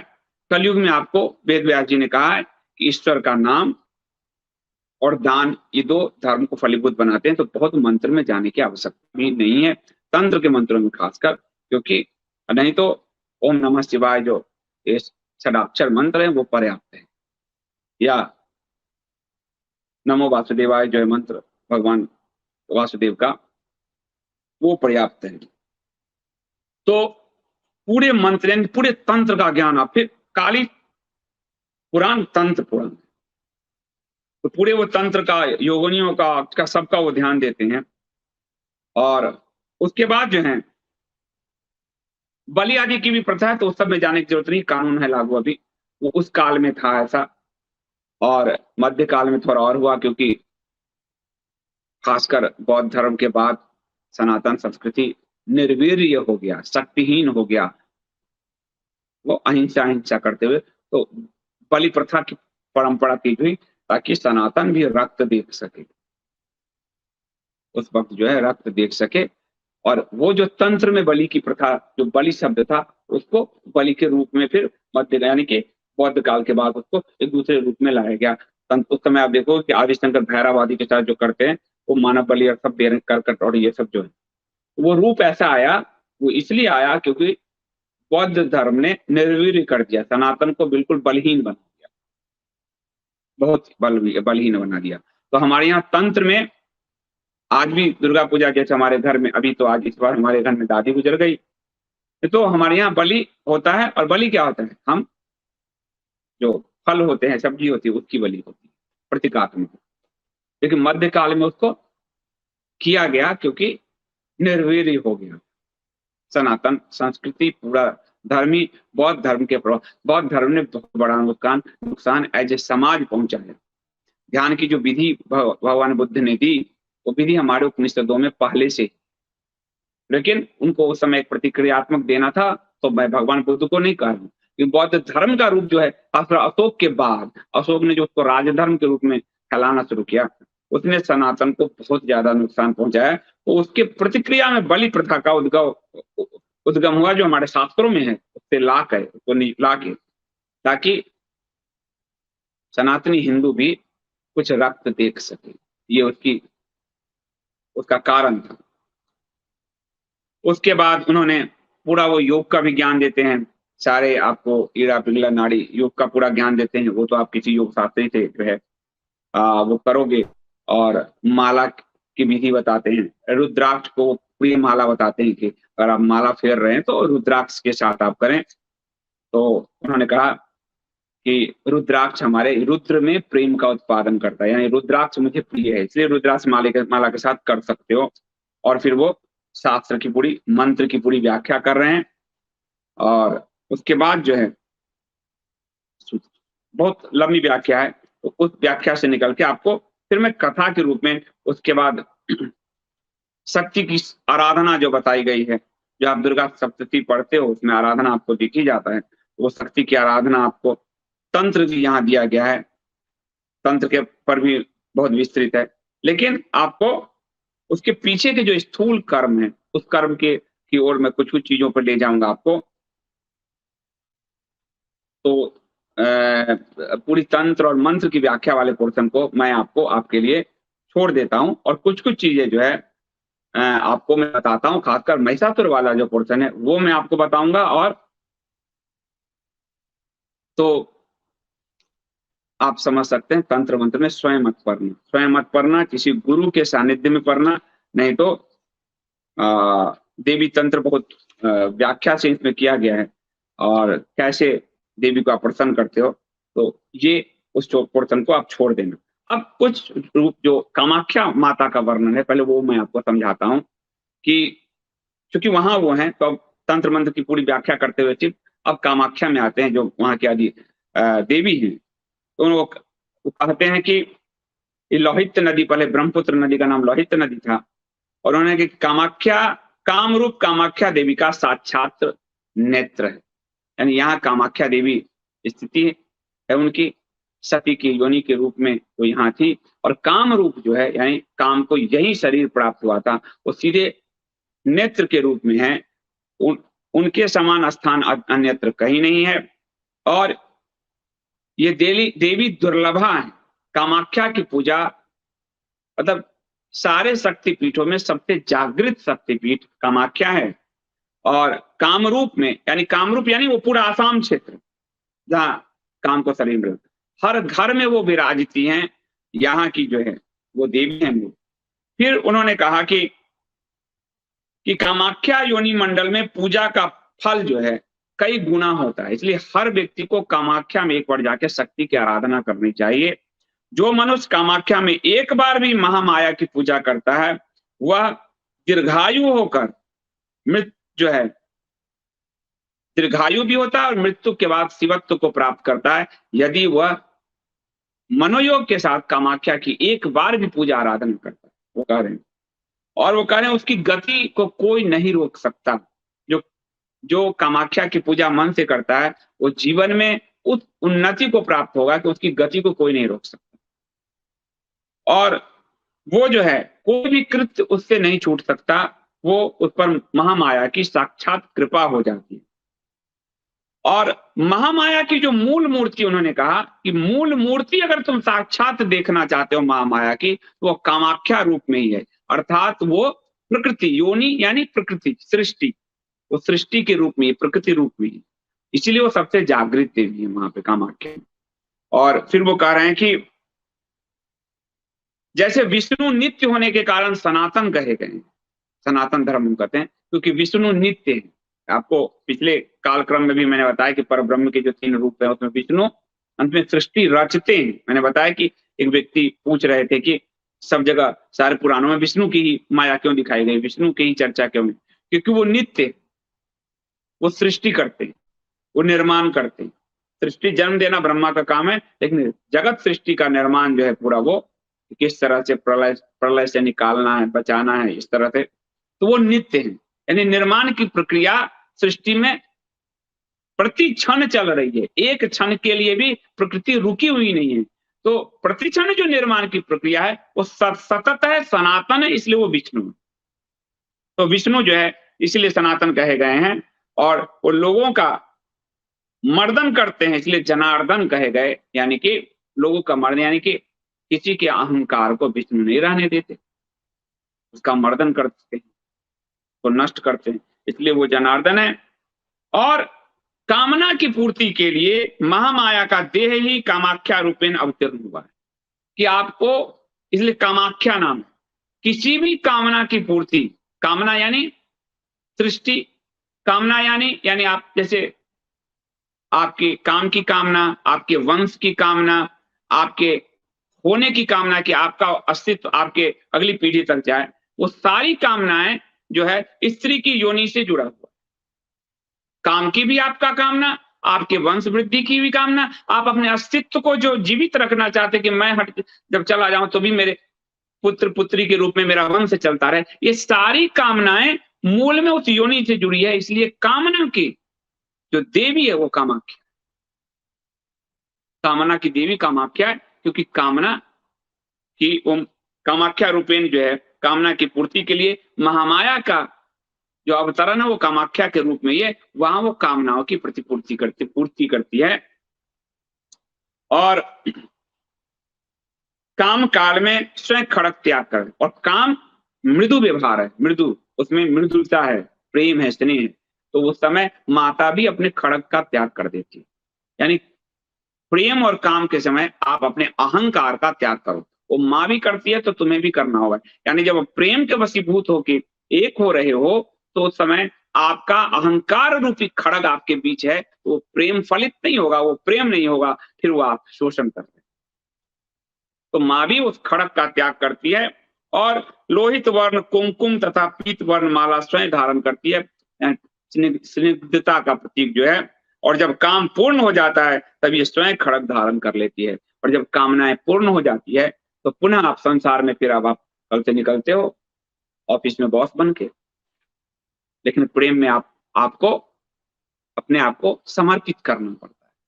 तो ये माँ के रूप में भगवान शंकर समझा रहे हैं कि कामनाओं में के या प्रेम में या काम में जब आप पदार्पण कर रहे हो तो आप अपने अहंकार रूपी खड़ग, तो माँ भी उस खड़ग का त्याग करती है, तुम अपने यानी अपने आप को समर्पित भाव से जाओ, तब वो कामनाओं की पूर्ति करेगी।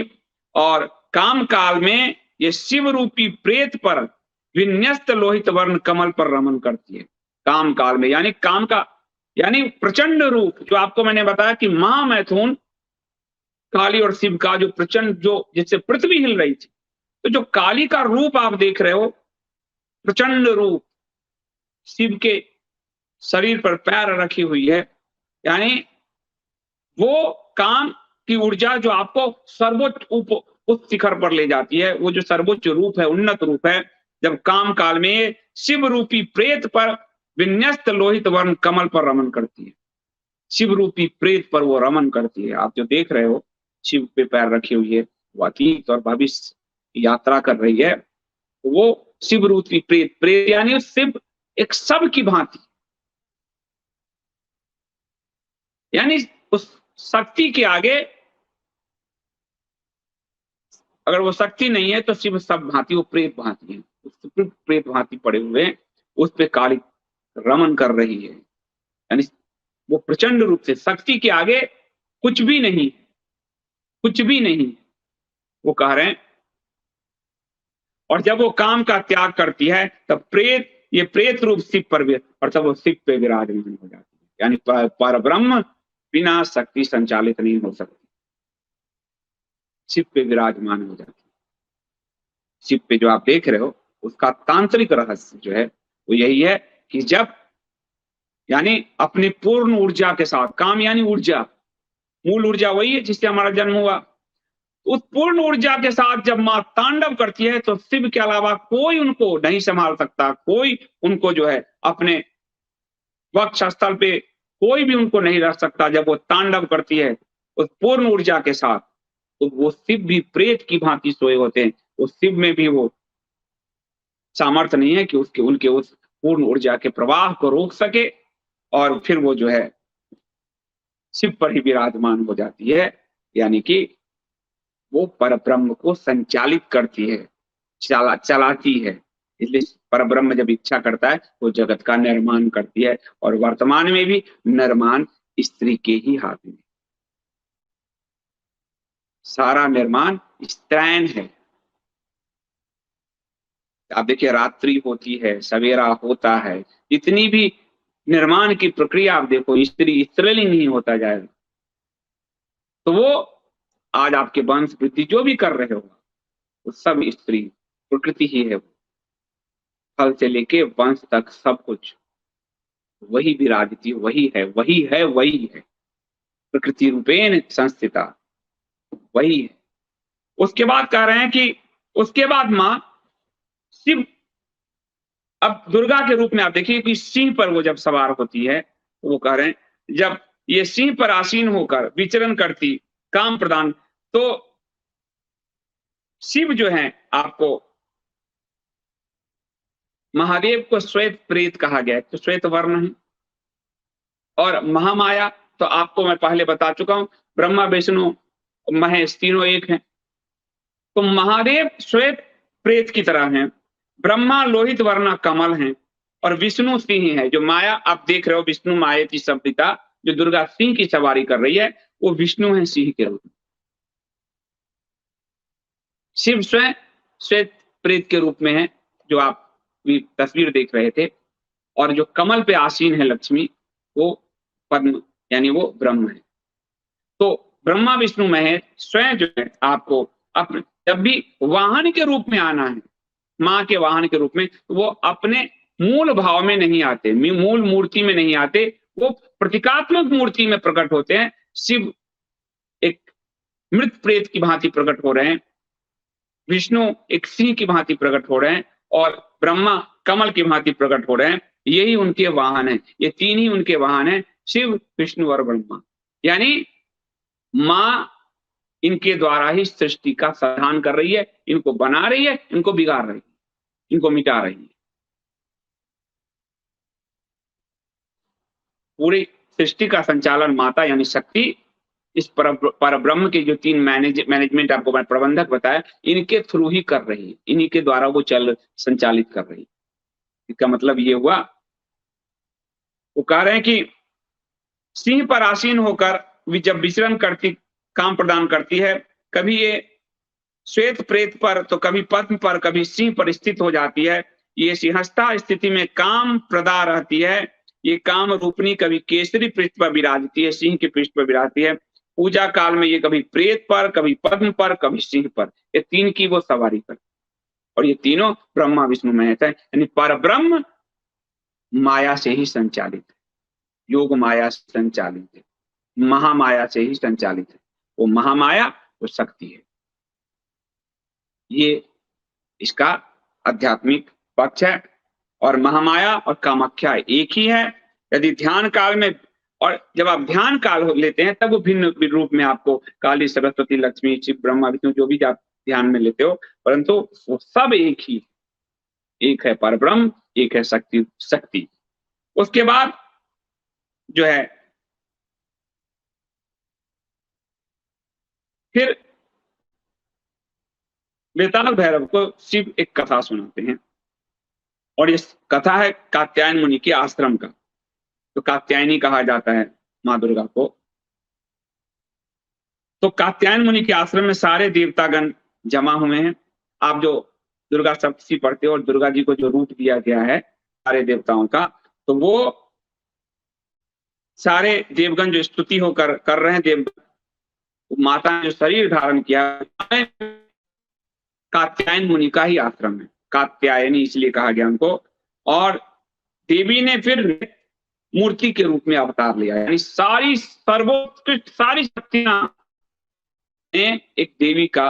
और वो देवी कौन है? शिव वहां सुना रहे हैं अपने दोनों पुत्रों को कि मेरी अर्धांगिनी, यानी जो आजकल आपके महिषासुर के भक्त सब कहते फिर रहे हैं कि तुम्हारे दुर्गा के पति कौन है, वो कौन है? शिव है।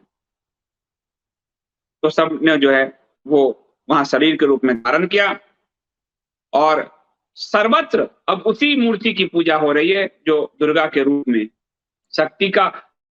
नेटवर्क की प्रॉब्लम क्या लगता है, फिर कोई तार वार काट गया है, और मैंने इसको मोबाइल से जोड़ा है। तो आगे जो कलिकाल आने वाला है उसके लिए एक रूप चाहिए, ताकि माया शक्ति की उपासना लोग कैसे करें 9 दिनों तक। तो इसलिए कात्यायनी मुनि के आश्रम में सारे देवताओं ने जो रूप दिया है, जिससे दिव्य रूपा दुर्गा के रूप में वो प्रकट हुई है, काली, वही रूप दिया गया है। और सर्वत्र लोग उसी मूर्ति की पूजा करते हैं। ततः प्रभृति सा मूर्ति सर्वे सर्वत्र पूज्यते, मूल मूर्ति सुगुप्ता भूत स्वमूर्त्या ख्याति मागता, यानी मूल मूर्ति इस काल में अंतर्निहित है, अब वह महिष मर्दनी मूर्ति ही प्रसिद्ध है।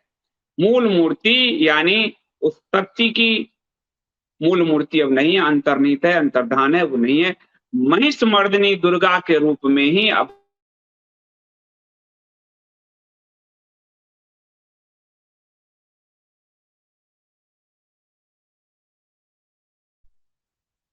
ये भगवान शिव कह रहे हैं। तो उसके बाद कहानी फिर आती है महिषासुर का, जो सिर कटने का कहानी है कि महिषासुर का आप जब तस्वीर देखते हो, महिषासुर का सिर कटने पर उसके कटे स्कंध से खड़ग पानी दानव उत्पन्न हुआ, और उसका जो है वध आप देखते होंगे। माता एक मुंडी भी हाथ में ली हुई है। तो माँ का जो वो रूप है, वर्तमान रूप जो आप देख रहे हो, वही रूप की अब पूजा होनी है। मूर्ति पूजा के लिए भगवान भी विधान करके गए कि कलयुगी लोगों को इतनी दिक्कत आएगी इतना कुछ समझने में, इसलिए सर्व शक्ति को एक जगह इकट्ठा करके सारे देवताओं ने, बस ब्रह्मा विष्णु महेश इंद्र आदि सारे देवताओं ने हिमालय की कंदराओं में कात्यायनी मुनि के जो आपको कात्यायन मुनि के आश्रम में उस महामाया को एक मूर्त रूप दिया। वह मूर्त रूप ही दुर्गा है, वह मूर्त रूप ही दुर्गा है सारी शक्तियों के साथ।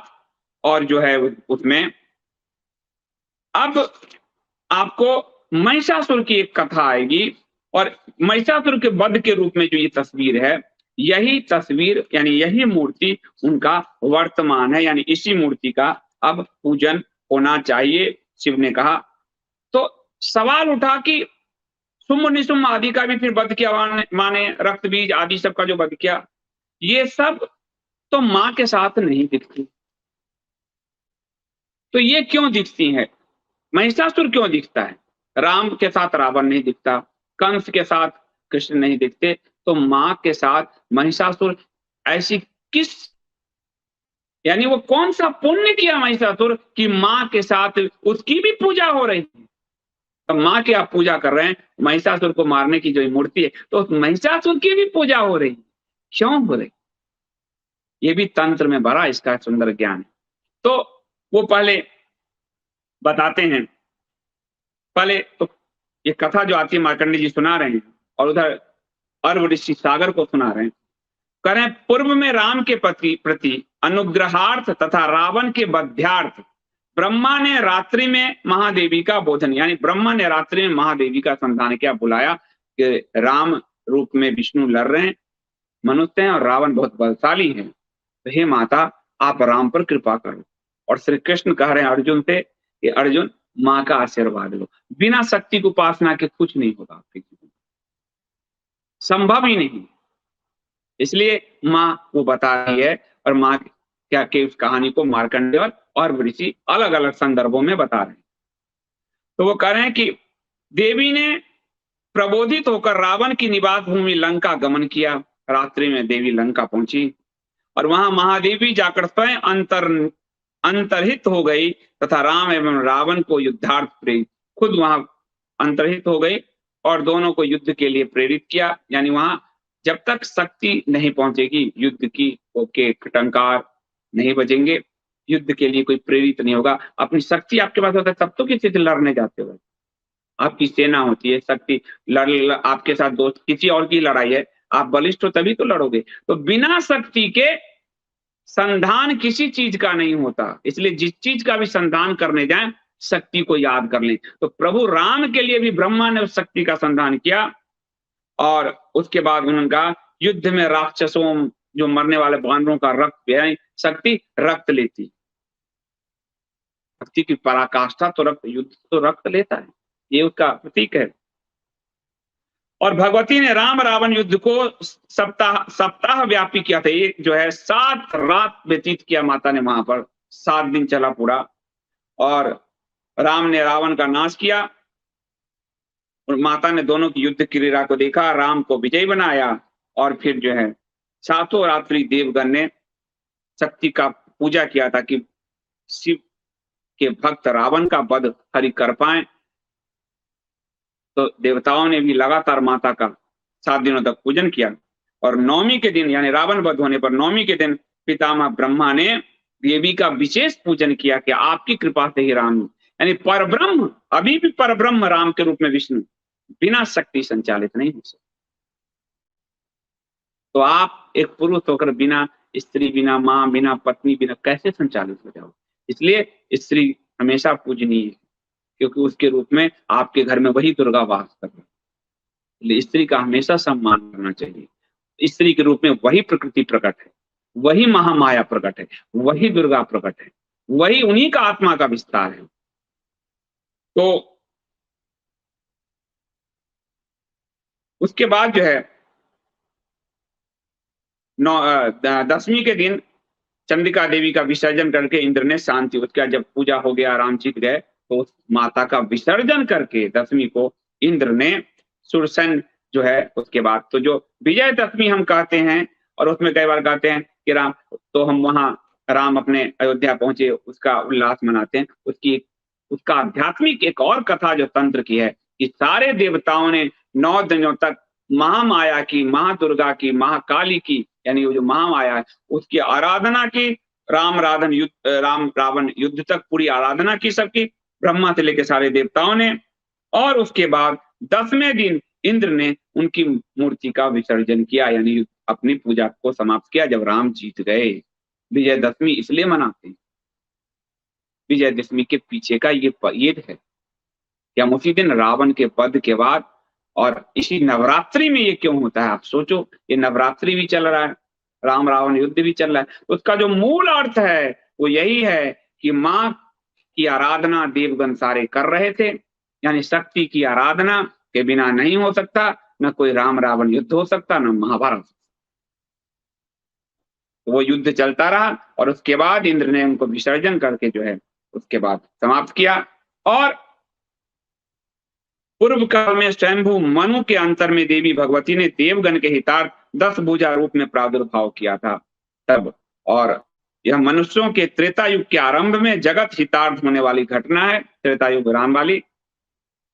पूर्व कल्प में जो घटित हुआ वही प्रतिकल्प में घटित होता। अब यहाँ इतना सुंदर व्याख्या है ये कि यह सृष्टि बार बार, ये राम रावण युद्ध हमारे पास एक बार नहीं है, ये ये बार बार, ये जो आपको त्रेता युग, आपको सतयुग, त्रेता युग, द्वापर युग, कलयुग, मनवंतर, फिर जो आएगा त्रेता, फिर वहां राम रावण युद्ध होगा, फिर जो आएगा द्वापर, फिर वहां श्री कृष्ण जो है और कौरवों का युद्ध होगा। ये बारंबार, यानी प्रकृति वर्तुल है, चक्रीय है, पर ब्रह्म सृष्टि का को उत्पन्न करता है फिर उसका विनाश करता है, वो एक गेंद की तरह इस पूरे ब्रह्मांड से खेल रहा है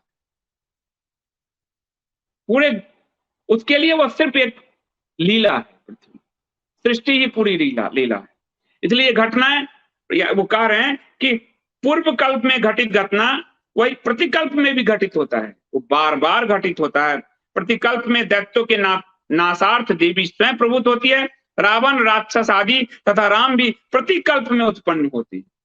ये चक्र तो आपको जो आज लगता होगा कल्प की कब अवतार लेंगे, ये हो चुका होगा पिछले कलयुग में, यही चीजें हुई होगी। ये दर्पण की बात ही है, ये हो चुकी होगी। आपके कितने ही जन्म हो गए, इसलिए कृष्ण कहते हैं अर्जुन को कि मुझे याद है। वो कहता है कि मुझे तो याद नहीं कि मेरे इतने जन्म हुए। बोले तुझे याद नहीं होगा, ये मुझे याद है। ऊपर ब्रह्म को ही याद रख सकता। तो ना जाने कितनी बार जन्म लिया, कितनी बार मरा, कितनी बार आया। तो ये प्रकृति प्रकृति प्रकृति वर्तुल है, चक्रीय है।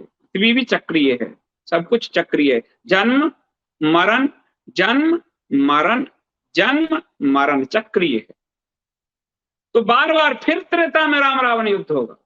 तो कई बार जो आता है कि वाल्मीकि जी ने पहले ही लिख दिया, ऋषि पहले तो वो चल रहा है, तो युद्ध प्रतिपल चल रहा है।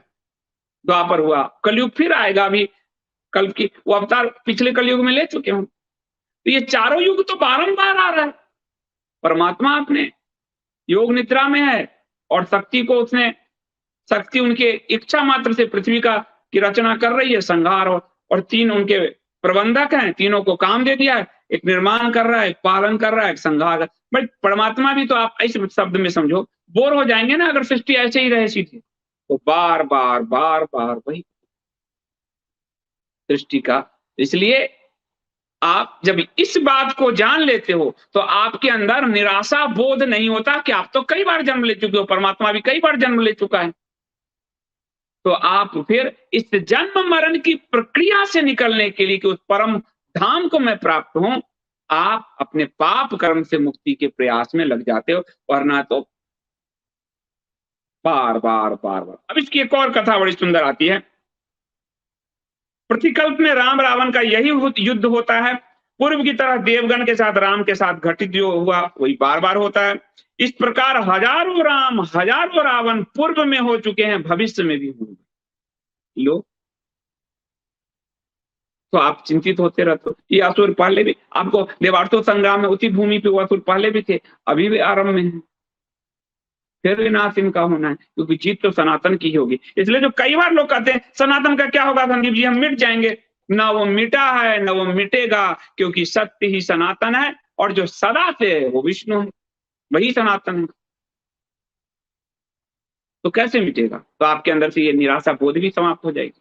आपको फिर लगेगा, और आपको जिस वक्त ये लग गया कि ये पर ब्रह्म अपनी माया रच रहा है, तो आप अपने अंदर के अहंकार का भी तिलांजलि दे दोगे। आप कुछ नहीं कर रहे, ये तो प्रतिकल्प प्रतिकल्प ये हो रहा है, कल्प प्रतिकल्प चल रहे हैं। और वो कह रहे हैं भूत तथा भविष्य में देवी की ही एक ही तरह की प्रवृत्ति होती है, यानी देवी ही, यानी वो गाड़ी का इंजन जो है शक्ति। सभी देवता कल्प कल्प में देवी पूजा तथा श्वसन कर, सभी देवता उन्हीं से ही एनर्जी पाते हैं, उनके द्वारा ही वो जो है आगे चालित होते हैं। तो आगे कह रहे हैं मार्कंडेय ऋषि की पूर्व कल्प में स्वयंभू मनु के अधिकार में मनुष्यों के कृत युग आदि में महिषासुर का विनाश तथा जगत के निमित्त योग निद्रा जगत धात्री महादेवी, यानी महिषासुर के भी बार बार विनाश हुए। अब उसकी क्या कथा है आपको बताता हूं कि महिषासुर पे जब वो कात्यायन ऋषि के आश्रम में जो है हिमालय पर्वत के निकट, और वहीं पर जब इनका माता का रूप हुआ और ये महादेवी देवताओं द्वारा वो अश्विन कृष्ण चतुर्दशी के दिन जो है प्रभु जो है उत्पन्न हुई। अब उसके बाद जो है जब उत्पन्न हुई तो एक दिन महिषासुर रात्रि में सोते समय भयानक स्वप्न देखता है। इसलिए आपको अब यहां पता चलेगा कि शुंभ निशुंभ या रावण या कंस कभी भी अपने प्रतिद्वंद यानी अपने राम के साथ, कृष्ण के साथ या मां दुर्गा के साथ नहीं देखते। ये महिषासुर भी पूजित क्यों हो रहा है तब आपको पता चलेगा। आप जो पूजा करने जाते हो, माँ की आराधना करते हो, वो जो आप चढ़ा रहे हो, हबी चढ़ा रहे हो उनके और आराधना कर रहे हो, यहाँ महिषासुर की भी प्राण ऊर्जा वहीं बैठी। और अब यही मूर्ति आगे कल्प में यही मूर्ति चरितार्थ होगी, यानी यही मूर्ति के रूप में पूजा आपको करना है, ये शिव समझा रहे। तो महिषासुर ने रात में स्वप्न देखा और भयानक स्वप्न देखा। उसने देखा कि महामाया भद्रकाली ने उसके सिर को खड़ग से काट दिया है और अपना मुख भीषण करके उसके रुधिर का पान कर रही। यानी शक्ति चेतना बिना कई बार अनियंत्रित भी हो जाती, और शक्ति जब प्रचंड होती है तो किसी के कंट्रोल से बाहर हो जाती। तो महिषासुर का रुधिर पान कर रही। उसके बाद जो है, जब वो प्रातः हुआ तो भयभीत हो गया कि मेरा मृत्यु तो निकट है। फिर उसने अनुचरों के साथ देवी का पूजन किया, जैसे मेघनाथ देवी का पूजन किया था अपनी अंतिम शक्ति के लिए। शक्तिबान था उसका, उसके शक्तिबान भी निष्फल नहीं हुए, लक्ष्मण को प्राणघातक थे, शक्ति बहुत। और जो शक्ति था कर्ण के पास, वो भी था, वो अर्जुन का प्राण ले लेता, शक्ति निष्फल नहीं जाती। तो उसने देवी का जो है अनुसंधान, मतलब पूजा शुरू किया, पूजन। तो देवी भद्रकाली प्रकट हुई और महिषासुर धन्य धन्य होने लगा। उन्होंने प्रणाम किया। उसने कहा, हे देवी, मैंने स्वप्न में ही देख लिया कि मृत्यु तो मेरी निकट है और आपके हाथ होते हैं। आप अपने खड़ग से मेरा शीश उतारेंगे और मेरा निश्चित ये मानता हूं कि आप मेरे रुधिर का पान करेंगे। मेरे बचने की कोई संभावना नहीं है, तनी भी अब संशय नहीं है। मुझे कोई दुख भी नहीं है और मैं आपके हाथों बद्ध हूं। नियति है तो कौन टालेगा। लेकिन मैं ये जानना चाहता हूं कि मेरे पिता ने मेरे लिए आपके साथ शंभू की आराधना की थी, तब मेरा जन्म हुआ था। मेरे पिता ने तो आपकी भी साधना की थी और शंभू की आराधना की थी महादेव, तब मेरा जन्म हुआ। मेरे भाग्य में ये ऐसी मौत क्यों लिखी। उसने कहा, मैंने भी भगवान महेश्वर की आराधना करके वर पद प्राप्त किया। मैं 3 मनवंतरों तक निष्कंटक श्रेष्ठ असुर राज्य का भोग किया। 3 मनवंतर तक मैं असुर राज्य भोगता रहा, शंभू की कृपा से, शिव की कृपा से। शिव की ही कृपा से आज के मलेच्छ असुर उधर खाड़ी वाले असुर राज भोग रहे। शिव सबके लिए। तो मैंने 3 मनवंतर तक शिव की कृपा से असुर राज भोगा। उस समय, और मुझे इतना मैंने भोगा, मुझे कोई अफसोस नहीं है, भरपूर जीवन जिया। एक बार मैं कात्यायन मुनि ने मुझे शाप दे दिया। जिस कात्यायन मुनि के आश्रम में दुर्गा, यानी प्रचंड ऊर्जा वेग सारे देवताओं का मिलाकर मां दुर्गा के का जो है की सृष्टि की गई। उन्होंने कहा कि कात्यायन मुनि ने मुझे शाप दिया कि स्त्री जाति तुम्हारा वध करेगी। तो मेरा वध तो निश्चित है, स्त्री ही करेगी, और आपको ही मैंने स्वप्न में देखा है, तो ये वध तो आपके द्वारा होना है, ये तो तय हो गया माता। और माता पूर्व काल में हिमालय पर एक रौद्राश्व ऋषि तप कर रहे थे, और मुझे थोड़ी दिल लगी सूझी। असुर प्रवृत्ति तो ऐसा ही होता है। वो कात्यायन ऋषि के शिष्य थे। मैंने कौतुक के कारण अतुल सौंदर्यवान दिव्य नारी का रूप धारण किया। राक्षस था तो रह सकता था। और मैंने कहा कि देखते हैं ये तप बड़ा कर रहे हैं, इनमें काम भाव है कि नहीं। तो काम भाव को जीत चुके हैं। तो मैंने एक सुंदर स्त्री का रूप धारण किया और ऋषि उस पर मोहित हो गए, और वो मूर्ता मूर्ता में मोहित हुए। उनका तप, वो तप में थे, मैंने तो ऐसे ही दिल लगी कर ली थी। उस समय कात्यायन ऋषि उस स्थान पे नहीं थे, वो तपस्या से विरत हो गए, उनका मन भटकने लगा। लेकिन बाद में मैं अपने रूप में आ गया। मेरी इस माया को देखकर वो क्रोध से जल उठी। कात्यायन ऋषि आए और उन्होंने मेरी माया देख ली, पहचान ली, और वो तेज से जल उठे और उन्होंने शिष्य के मंगल के लिए मुझे श्राप दिया कि तूने जिस स्त्री रूप का धारण करके मेरे शिष्य को मोहित किया है, उसे तब से भ्रष्ट किया है, उस स्त्री जाति द्वारा ही तेरा वध हो। तो मुझे ज्ञात है माता कि कात्यायन ऋषि का ये श्राप तो फलित होगा, और आप मेरा वध करेंगी, और मुझे लगता है उस श्राप के फलित होने का समय अब आ चुका है। मैंने इंद्रत्व प्राप्त किया, इतना राज्य भोगा, त्रिभुवन का राज्य भोगा, लेकिन मेरी मृत्यु आपके हाथों से ही निहित है, ऐसा क्यों? ये साफ तो फलित होने जा रहा है। लेकिन माता, इस इहलोक में ऐसा कुछ नहीं है जो मैंने प्राप्त नहीं किया। भरपूर राज्य किया, भरपूर जिया, मुझे कोई भी अफसोस नहीं है।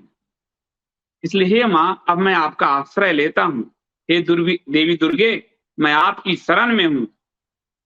अब मेरी इस जीवन की अंतिम प्रार्थना को पूर्ण कीजिए। मैं आपको प्रणाम करता हूँ और आप मुझे मुक्त कीजिए। लेकिन मैं आपसे एक अंतिम प्रार्थना करना चाहता हूँ। मैं चाहता हूँ कि आप मुझे वरदान दें। माता ने कहा कि तुम अपना इच्छित वर मांगो। मृत्यु के जो द्वार पे खड़ा हो, उसका अंतिम वर, उसकी इच्छा पूर्ति करना तो मेरा कर्तव्य है, मांगो।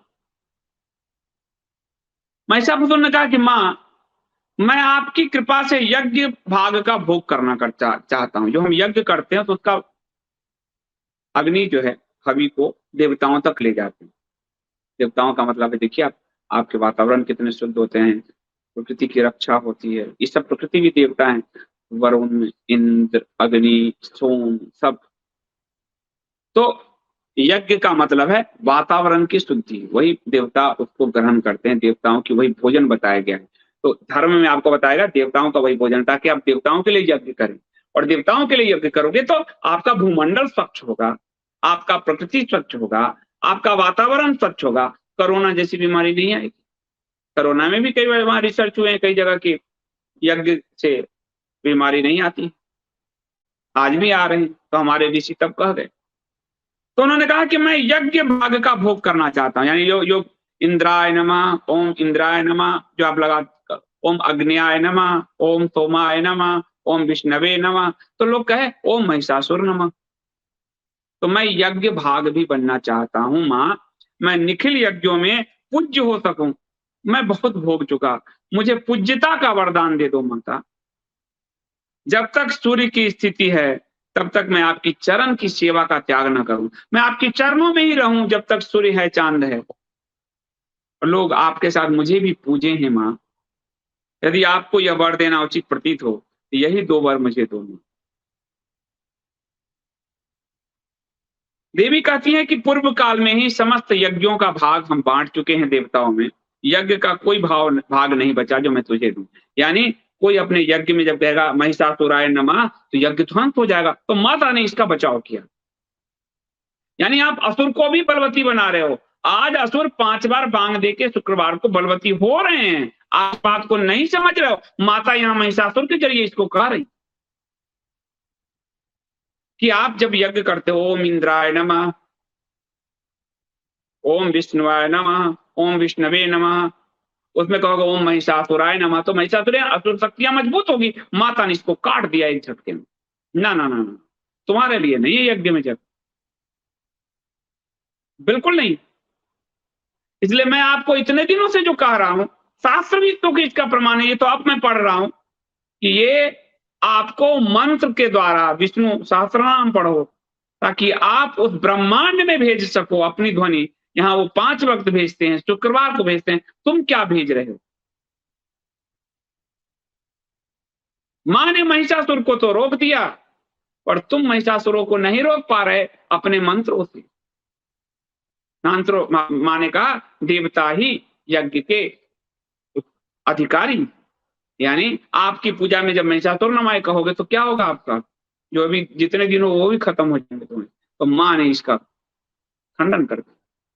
वो मां थी, वो गांधी नहीं थे, नहीं तो कहते हाँ हाँ क्या जाता है, आओ आओ, हम अहिंसा के पुजारी हैं, आओ एक थप्पड़ और मुझे मारो, तुम्हारे नाम से भी भोजन लगवा देते हैं। गांधी ने खलीफा के नाम पे किया, और भोग पदार्थ मालावार के हिंदुओं को बनाया। हम शास्त्र नहीं जानते, इसलिए नेताओं के उसमें फंसते हैं। हमने बंगाल में भी 1 लाख पलायन देखे, कश्मीर में पलायन देखे, क्योंकि हम असुर वृत्ति को, मां तो पहचान गई, मां ने रोक दिया, मां की संतान असुर वृत्ति भूल गई, और वो असुरों को और ताकत दे रहे हैं। तृप्तिकरण योजना, तुष्टिकरण योजना, ढेकना योजना। आप जो उनको ताकत दोगे, उनको वजीफा दोगे, उनको स्कॉलरशिप देखो, वो तो मल्टीपल हो रहे हैं ना असुर। माँ ने मल्टीपल होने से रोक दिया महिषासुर? नहीं, क्योंकि यज्ञ तुम्हें मिल गया तो तुम तो मल्टीपल हो जाओगे, तुम हमेशा के लिए ताकतवर हो जाओगे, इस सृष्टि का ध्वंस करोगे तुम। तो सनातनियों के लिए दुर्गा की पूजा सिर्फ मतलब नहीं है कि पूजा कर ली और फिर 9 दिन बाद भूल गए। उनके जो ज्ञान है उसको अपने जीवन में उतारने की बड़ी आवश्यकता है। तो वो कह रहे हैं कि महिषासुर, इसलिए यज्ञ का भाग तो तुम्हें नहीं मिलेगा। इसलिए माँ की इस बात को याद रखिए, आपके टेक्स्ट के यज्ञ का भाग असुरों को नहीं मिलना चाहिए, आपके मंदिर का भाग उनको मिल रहा है। माँ ने रोका, तुम मंदिर में, तुम्हारी सरकारें, हमारी सरकारें मंदिर से तुम्हारे हमारे भाग लेकर उसको दे रही, तो वो तो ताकतवर होंगे ना। माँ ने तो ताकत को ही रोका ना महिषासुर की, मल्टीपल होने से रोका। आज हमारे मंदिर लूट के उनको दिए जा रहे हैं, वो मल्टीपल वो नहीं होंगे तो आप होंगे, और आप जो पीछे पीछे नेताओं के घूम रहे हो, आपके टैक्स के पैसा से उनको जो दिया जा रहा है 5,000 करोड़ का जो आपको स्कॉलरशिप और समथिंग, मल्टीपल वो नहीं होंगे तो आप होंगे। तो ये इतना बड़ा ज्ञान था माता दुर्गा का कि मैं तुम्हें मल्टीपल तो नहीं होने दूंगी, यज्ञ का भाग तुम्हें नहीं मिलेगा, हम पहले ही बांट चुके, देवताओं को दे चुके। देवताओं को यानी समाज के संसाधन आप देव गुण वाले मनुष्यों को दीजिए, आप सनातनियों को दीजिए, आप असुरों को दे रहे हैं। और हिंदू, मूढ़ हिंदू उस असुर वृत्ति को बढ़ाने में अपने नेताओं के लिए जय जयकार कर रहे हैं।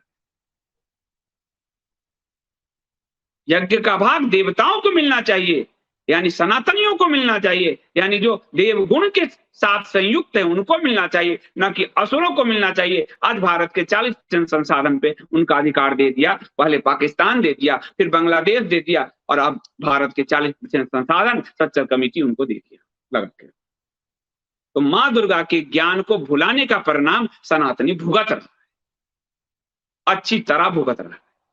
अब आगे, लेकिन महिषासुर, दूसरा वरदान मैं तुम्हें देती हूं कि जब तुम मेरे द्वारा युद्ध में निरत होने पर भी मेरा चरण नहीं त्याग करोगे, इसमें कोई संदेह नहीं।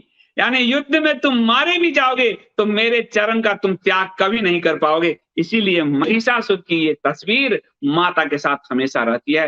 ये माता का वरदान है महिषासुर को कि तुम मेरे चरण में हमेशा रहोगे, तुम्हें वो सदगति प्रदान।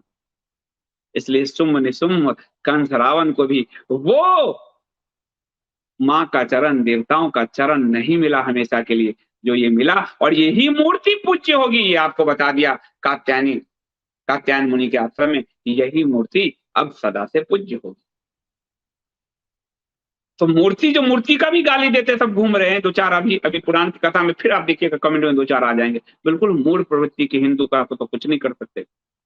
माँ ने ये संकेत किया कि अगर असुर भी माता के चरण में आया तो माँ तो अपने चरण में जगह दे देगी उसको, पर अपने संतानों का भक्षण उसको नहीं करने देगी। उसको यज्ञ का भाग, यानी उसको टैक्स का भाग, उसे अपने संसाधन उस पर नहीं लुटाएगी। हाँ, अपने चरण में उसको जगह दे देगी। जिनको भी सरकारी संसाधन लुटाना है, अपने घर में उसको जगह दे दो, घर बनवा के अपने घर में जगह दे दो। क्यों हमारे टैक्स लुटा रहे? माता दुर्गा यही संदेश दे रही है, और ये साफ साफ शास्त्र के जरिए दे रही। उन्होंने कहा, हे दानव, जहां जहां मेरी पूजा होगी वहां वहां तुम्हारा यह शरीर भी पूज्य होगा, इसमें संदेह नहीं। यानी माँ की जब हम पूजा करते हैं तो ये दानव भी माँ के साथ उपस्थित रहे। ये महिषासुर, इसलिए जब मैं दुर्गा सप्तशती हमेशा पढ़ता था तो ये मुझे जरूर हमेशा मेरे दिमाग में आता था कि महिषासुर से बड़ा तो शुंभ निशुंभ था ताकतवर। तो महिषासुर ही बचपन में जब मैं स्कूल की छुट्टियां होती थी तो 10 दिन की छुट्टी मिलती थी, मैं हॉस्टल में बचपन में रहता था, तो आता था गांव का दुर्गा मेला लगता था दुर्गा पूजा में, तो महिषासुर, तो ये फोटो मेरे दिमाग में छपा हुआ था। उस फोटो का निदान मुझे काली पुराण में मिला। ये फोटो मेरे दिमाग में ऐसे ऐसे छपा हुआ का निदान आज मिला। शास्त्र में ही इसका निदान है। कितनों लोगों से पूछा, कितने गुरु मान, किसी के पास इसका समाधान नहीं था। इस शास्त्र में इसका समाधान। फिर उन्होंने प्रसन्न होकर उनको कहा, महिषासुर कहता है माँ को, जब माँ ने उसको वरदान दे दिया तो प्रसन्न हुआ कि माँ के चरण में हमेशा रहूंगा, अब मृत्यु आ जाए क्या जाए। उसने कहा, हे उग्र चंडे भद्रकाली दुर्गे देवी नमस्तुते, उग्र चंडे भद्रकाली दुर्गे देवी नमस्तुते, प्रभुता मूर्तया देवी भवत्या सकलात्मिका। हे उग्र चंडी मां भद्रकाली देवी दुर्गा, मैं आपको नमस्कार करता हूं। आपकी अनेक मूर्तियां हैं, आपकी अनेक मूर्तियां हैं। इस जगत की समस्त वस्तु भी आपका ही मूर्ति भेद है। और हे परमेश्वरी, मैं यज्ञ में आपकी किन किन मूर्तियों के साथ पूज्य रहूंगा, यदि मेरे ऊपर आपकी कृपा हो तो ये कहिए। अब इसको आ गया कि माता के साथ मैं रहूंगा। आपकी तो अनेक मूर्ति है माँ, आप कहीं काली हो माता, आप कहीं लक्ष्मी हो माता, आप कहीं सरस्वती हो माता, आप दुर्गा हो माता, आप हर रूप में, आप सची हो माता, आप रति हो माता, आप हर जगह हो माता। लेकिन हे माता, मुझे आशीर्वाद तो दे दिया, मैं आपकी किस फोटो में आपके नीचे रहूंगा, आपके पैर के नीचे कहाँ मैं पूज्य बनूंगा मनुष्यों से? मुझे बता दो माता, मार तो रही हो, मुझे बता दो। तो माँ कहती है सुन, माँ कह रही है कि उग्रचंडा का यह मूर्ति, उग्रचंडा यह मूर्ति, भद्रकाली मूर्ति, उग्रचंडा के रूप में, भद्रकाली के रूप में मैं द्वितीय सृष्टि में तुम्हारा मैंने वध किया था। अब आप देखिए, मैंने सृष्टि पृथ्वी सृष्टि चल रही है, तो उग्रचंडा के रूप में भी मैंने तुम्हारा वध कर चुकी हूँ, भद्रकाली के रूप में भी मैं तुम्हारा द्वितीय सृष्टि में वध कर चुकी हूँ। कि मैं पहली बार तुम्हारा वध नहीं कर रही, तुम मेरे द्वारा बार बार वध किए गए, तुम्हारा वध किया था। तथा दुर्गा मूर्ति में जो अब प्रसिद्ध है, अब इस कली काल में आगे दुर्गा मूर्ति ही प्रसिद्ध होगी, इसलिए दुर्गा आपके घर में होनी चाहिए। कलयुग का विधान, और ये लिख रहे हैं वेद व्यास जी द्वापर के अंत में, यानी कली काल में, जब कली काल का संधि काल आ रहा है, तो यहाँ यही मूर्ति चलेंगी। तो दुर्गा मूर्ति जो अब प्रसिद्ध है, तुम सदा इन तीन मूर्तियों के चरण में रहोगे। उग्र चंडा के रूप में मैंने तुम्हारा वध किया, उग्र चंडा की मूर्ति जब बनेगी उसमें भी तुम मेरे चरण में रहोगे। भद्रकाली के रूप में मैंने तुम्हारा वध किया, तब भी रहोगे। अब मैं दुर्गा के रूप में तुम्हारा वध करने जा रही हूँ, अब यहां भी तुम मेरे चरण में रहोगे। और तुम इस प्रकार मनुष्य हो या देवता, राक्षस हो या गंधर्व किन्नर, जो सबके द्वारा पूजित हो जाओ। इससे बड़ा किसको सौभाग्य मिलेगा? इस राक्षस असुर को कितना बड़ा सौभाग्य दिया माँ ने। और इस असुर के जो संतान आजकल जेएनयू से लेकर वामपंथ में, और ये जो भीमवाद में, और ये जो भीमटो तंत्र में जो बैठे हैं, नवबौद्ध बैठे हैं, माता इनके बुद्धि हट चुकी।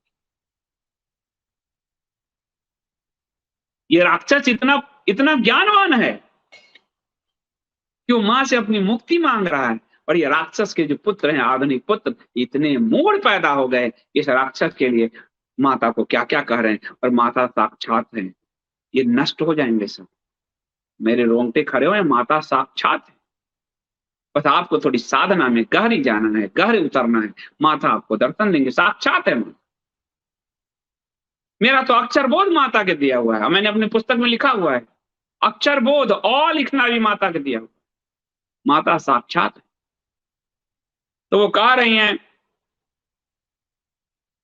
आदि सृष्टि में मैंने उग्र चंडा रूपेण तुम्हारा वध किया, द्वितीय सृष्टि में भद्रकाली द्वारा तुम्हारा वध किया, अब दुर्गा मूर्ति द्वारा तुम्हारा अनुचर सहित तुम्हारा संहार करने जा रही हूँ। इतना सुंदर वर्णन है, मारने जा रही हो और हाथ जोड़ के खड़ा है, माताओं मार दो। लेकिन पूर्ववर्ती दोनों मूर्तियों में मैंने तुमको अपने चरण के नीचे जगह नहीं दिया था, लेकिन अब ये तुमने वरदान मांग लिया है। अब तुम्हारी प्रार्थना के अनुसार मैंने उन दोनों मूर्तियों में भी तुमको ग्रहण कर लिया है। अब जब भी वो भी मूर्तियां बनेगी तो तुम मेरे चरण में ही रहोगे। इसी के साथ तुम्हारे यज्ञ भोगार्थ दुर्गा मूर्ति में भी तुमको, तो तुम्हें यज्ञ का भोग तो नहीं मिलेगा, लेकिन दुर्गा मूर्ति के रूप में तुम्हें जो पूजा लोग करेंगे उसमें तुमको भाग मिल जाए। तो दुर्गा पे आप जब चढ़ाते जाते हो तो महिषासुर को ये भोग मिल जाता है। असुर असुर थोड़े चालाक तो होते हैं, तो असुर को थोड़ी ताकत तो मिल ही जाती है। अब तो कहा, माँ माँ माँ मुझे वो रूप का दर्शन करा दो जिस रूप से तुमने द्वितीय सृष्टि में मेरा वध किया था। तो माता ने, महामाया ने महिषासुर को उग्र चंडा मूर्ति का दर्शन कराया। ये सब उसके स्वप्न में दर्शन दे रहे हैं, सब चल रहा है उसके। जिस प्रकार जो है, और षोडश भुजा मूर्ति भद्रकाली जो है, भद्रकाली के रूप में फिर उनका जो है दर्शन कराया। और जब देवी ने उसके हृदय को तूल से छिन्न भिन्न कर दिया था, वो कराया। महिषासुर के सिर के कटे रूप में देवी द्वारा जो है उसका शरीर, उसका दर्शन कराया। रक्त स्राव हो रहा है, उसका शरीर जो है वो दर्शन कराया। वो कहा माता, फिल्म चल रहा है उसके आंख के न, माता एक और वर दे दो, मारने तो जा ही रही हो। तो बोलो क्या? हे माता,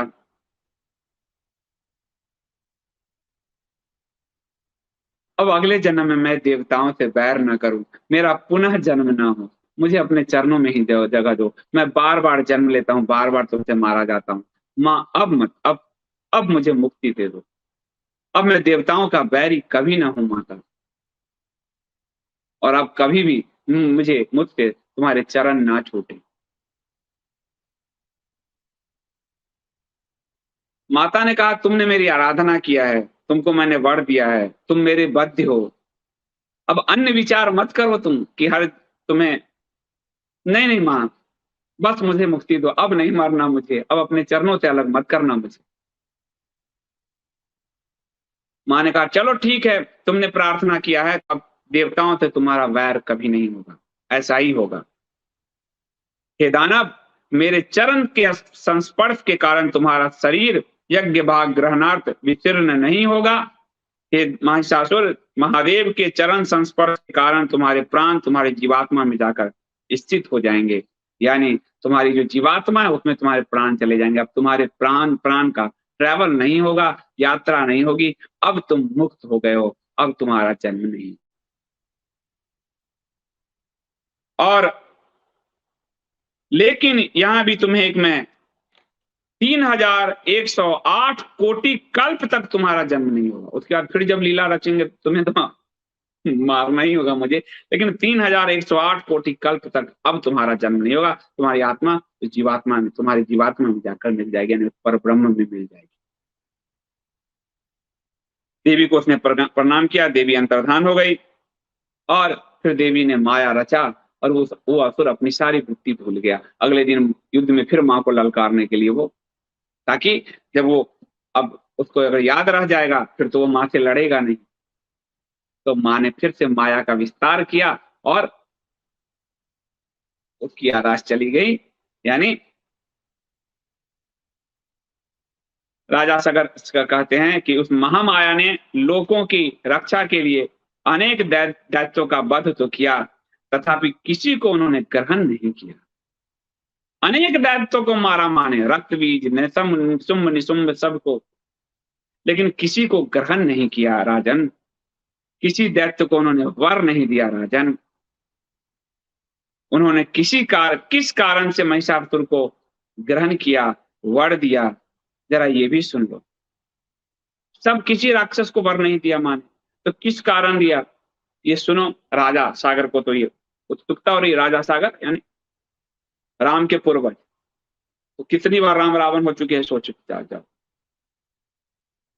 तो महर्षि औरव ने कहा कि रंभ नामक एक दैत्य था, उसने दीर्घ काल तक महादेव की आराधना की।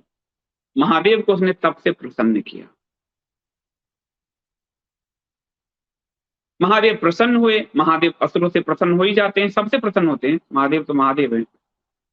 तो महादेव ने कहा कि वर मांगो असुर, रंभ वर मांगो। तो उसने कहा हे महादेव, मैं अपुत्र हूं, मेरा पुत्र नहीं है। यदि आपकी कृपा मेरे ऊपर हो तब 3 जन्मों तक आप मेरे पुत्र हो जाएं।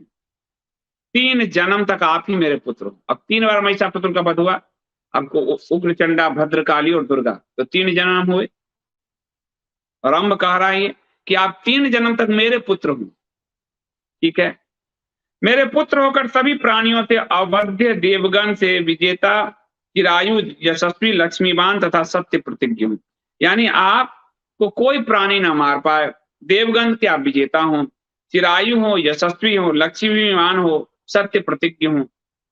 तो जब कोई प्राणी नहीं मार पाएगा, देवता नहीं मार पाएगा, स्त्री जाति से मारना था, इसलिए प्राणी देवताओं से अलग सारे देवताओं की शक्ति यानी उस महाप्रमाणु ने दुर्गा रोक लिया, क्योंकि महादेव का था कोई प्राणी नहीं कि जन्म मरण हो, कोई देवता जो देवता हैं, कोई भी देवगण राक्षस न मारे, इसलिए वो प्रकाश पुंज सभी देवताओं के ब्रह्मा विष्णु महेश सबके प्रकाश पुंज से एक महाप्रकाश उत्पन्न हुआ, वो दुर्गा हुई जो प्राणी नहीं है, जिसने जन्म नहीं लिया इसकी मृत्यु नहीं होनी,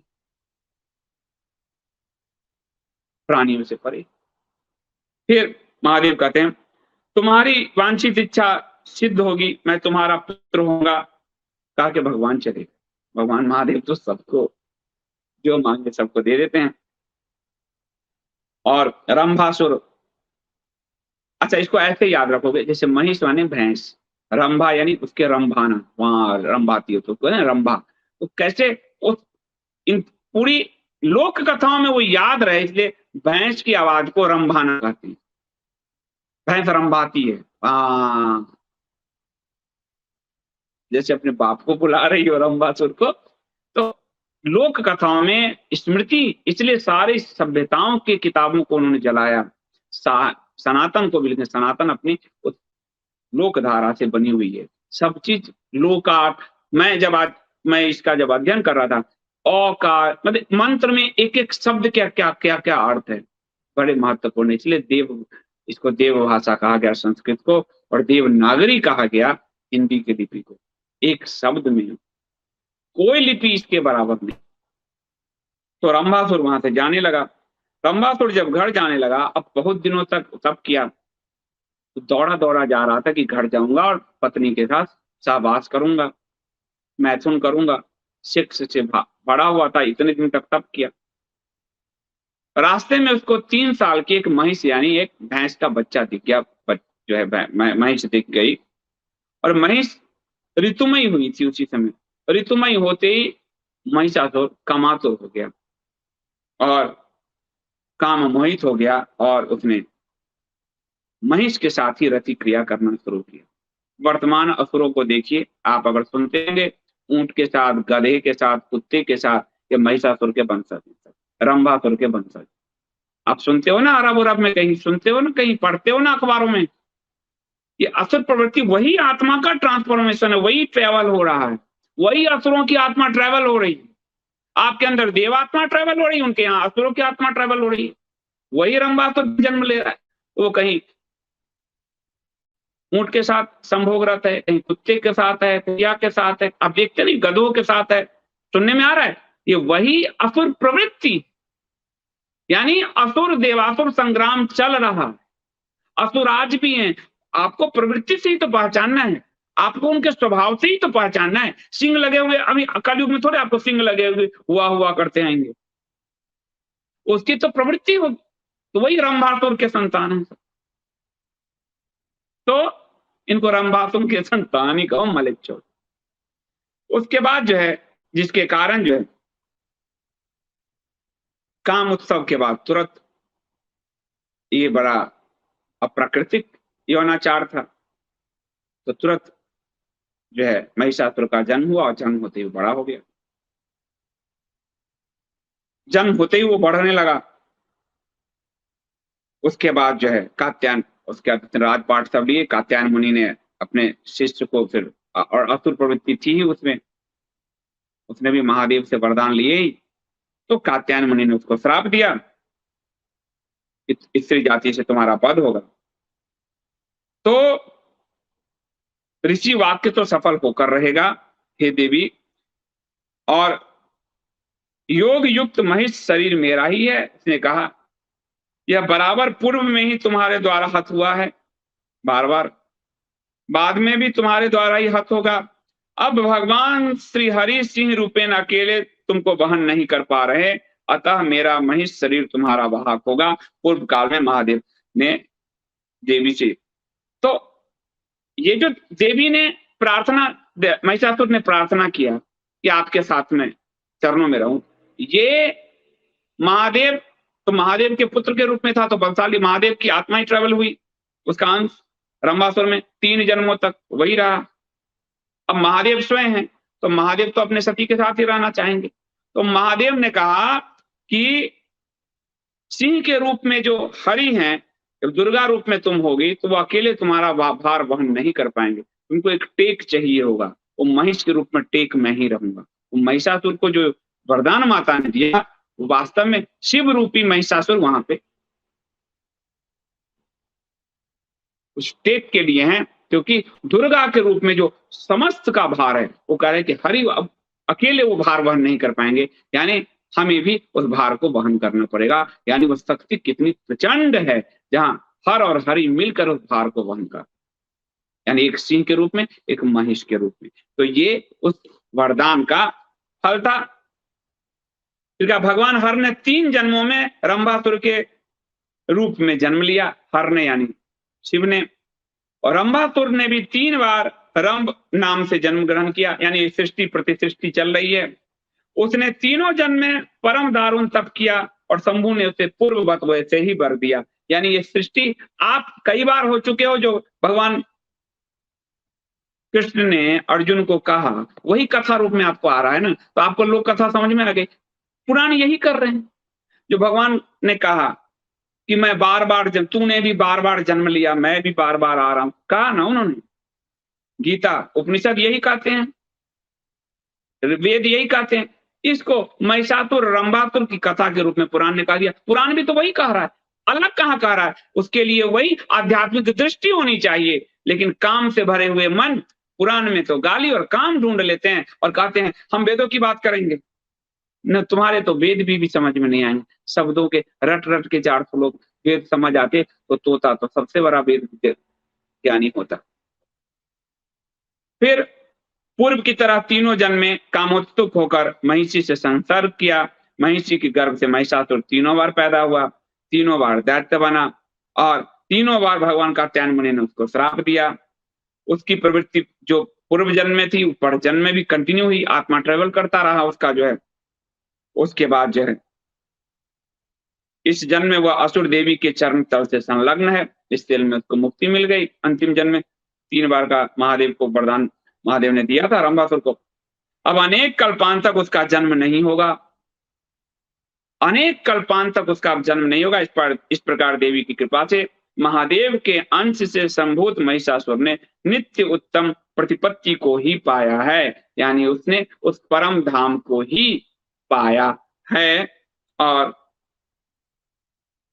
जिस तरह हे राजन, वह महिषासुर देवी के चरण कमलों को पाकर जिस प्रकार आज भी आनंद भोग रहा है, वह सब मैंने आपसे कहा। तो आज की इस कथा को यही हम विराम देते हैं। आपको इस अध्याय में, जो आज का 10 अध्याय समाप्त हुआ, प्रकृति युद्ध, जो महाकाली सनातन की यात्रा, आपको जो कहना चाह रही है कि ये सृष्टि प्रतिसृष्टि बार बार हो रही है। तुम देख रहे हो कि तुम्हें अपने जन्म याद नहीं, और तुम्हारी ये यात्रा, ये गति बार बार होगी, क्योंकि तुम उस पर ब्रह्म में की जो ज्योति है उसमें अपने आप को संलिप्त नहीं कर पा रहे हो, अपने आप को नहीं लगा रहे हो।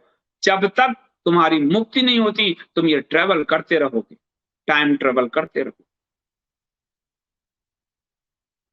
इसलिए दुर्गा की जो माता की नवरात्रि है, वो शक्ति के संधान की, कहते हैं शक्ति का संधान। यानी इस 9 दिन में यदि आपने उस परम तत्व को समझ लिया, उस पर ब्रह्म और उसकी शक्ति को समझ लिया, तो आप स्वयं को समझ जाएंगे, क्योंकि आप भी उसी पर ब्रह्म का हिस्सा, क्या आप भी वही पर ब्रह्म हैं। और इसलिए श्वेत केतु ने कहा था, श्वेत केतु को उसके पिता ने तत्वमसि, श्वेत केतु तुम वही हो, तुम ही हो वो पर ब्रह्म। और इसीलिए उपनिषद के ब्रह्म वाक्य है, हम ब्रह्मास्मि, तुम ही वो ब्रह्म हो, क्योंकि तुम्हारे अंदर ही वो ब्रह्म ट्रेवल कर रहा है। आज के लिए इतना ही, बहुत बहुत धन्यवाद।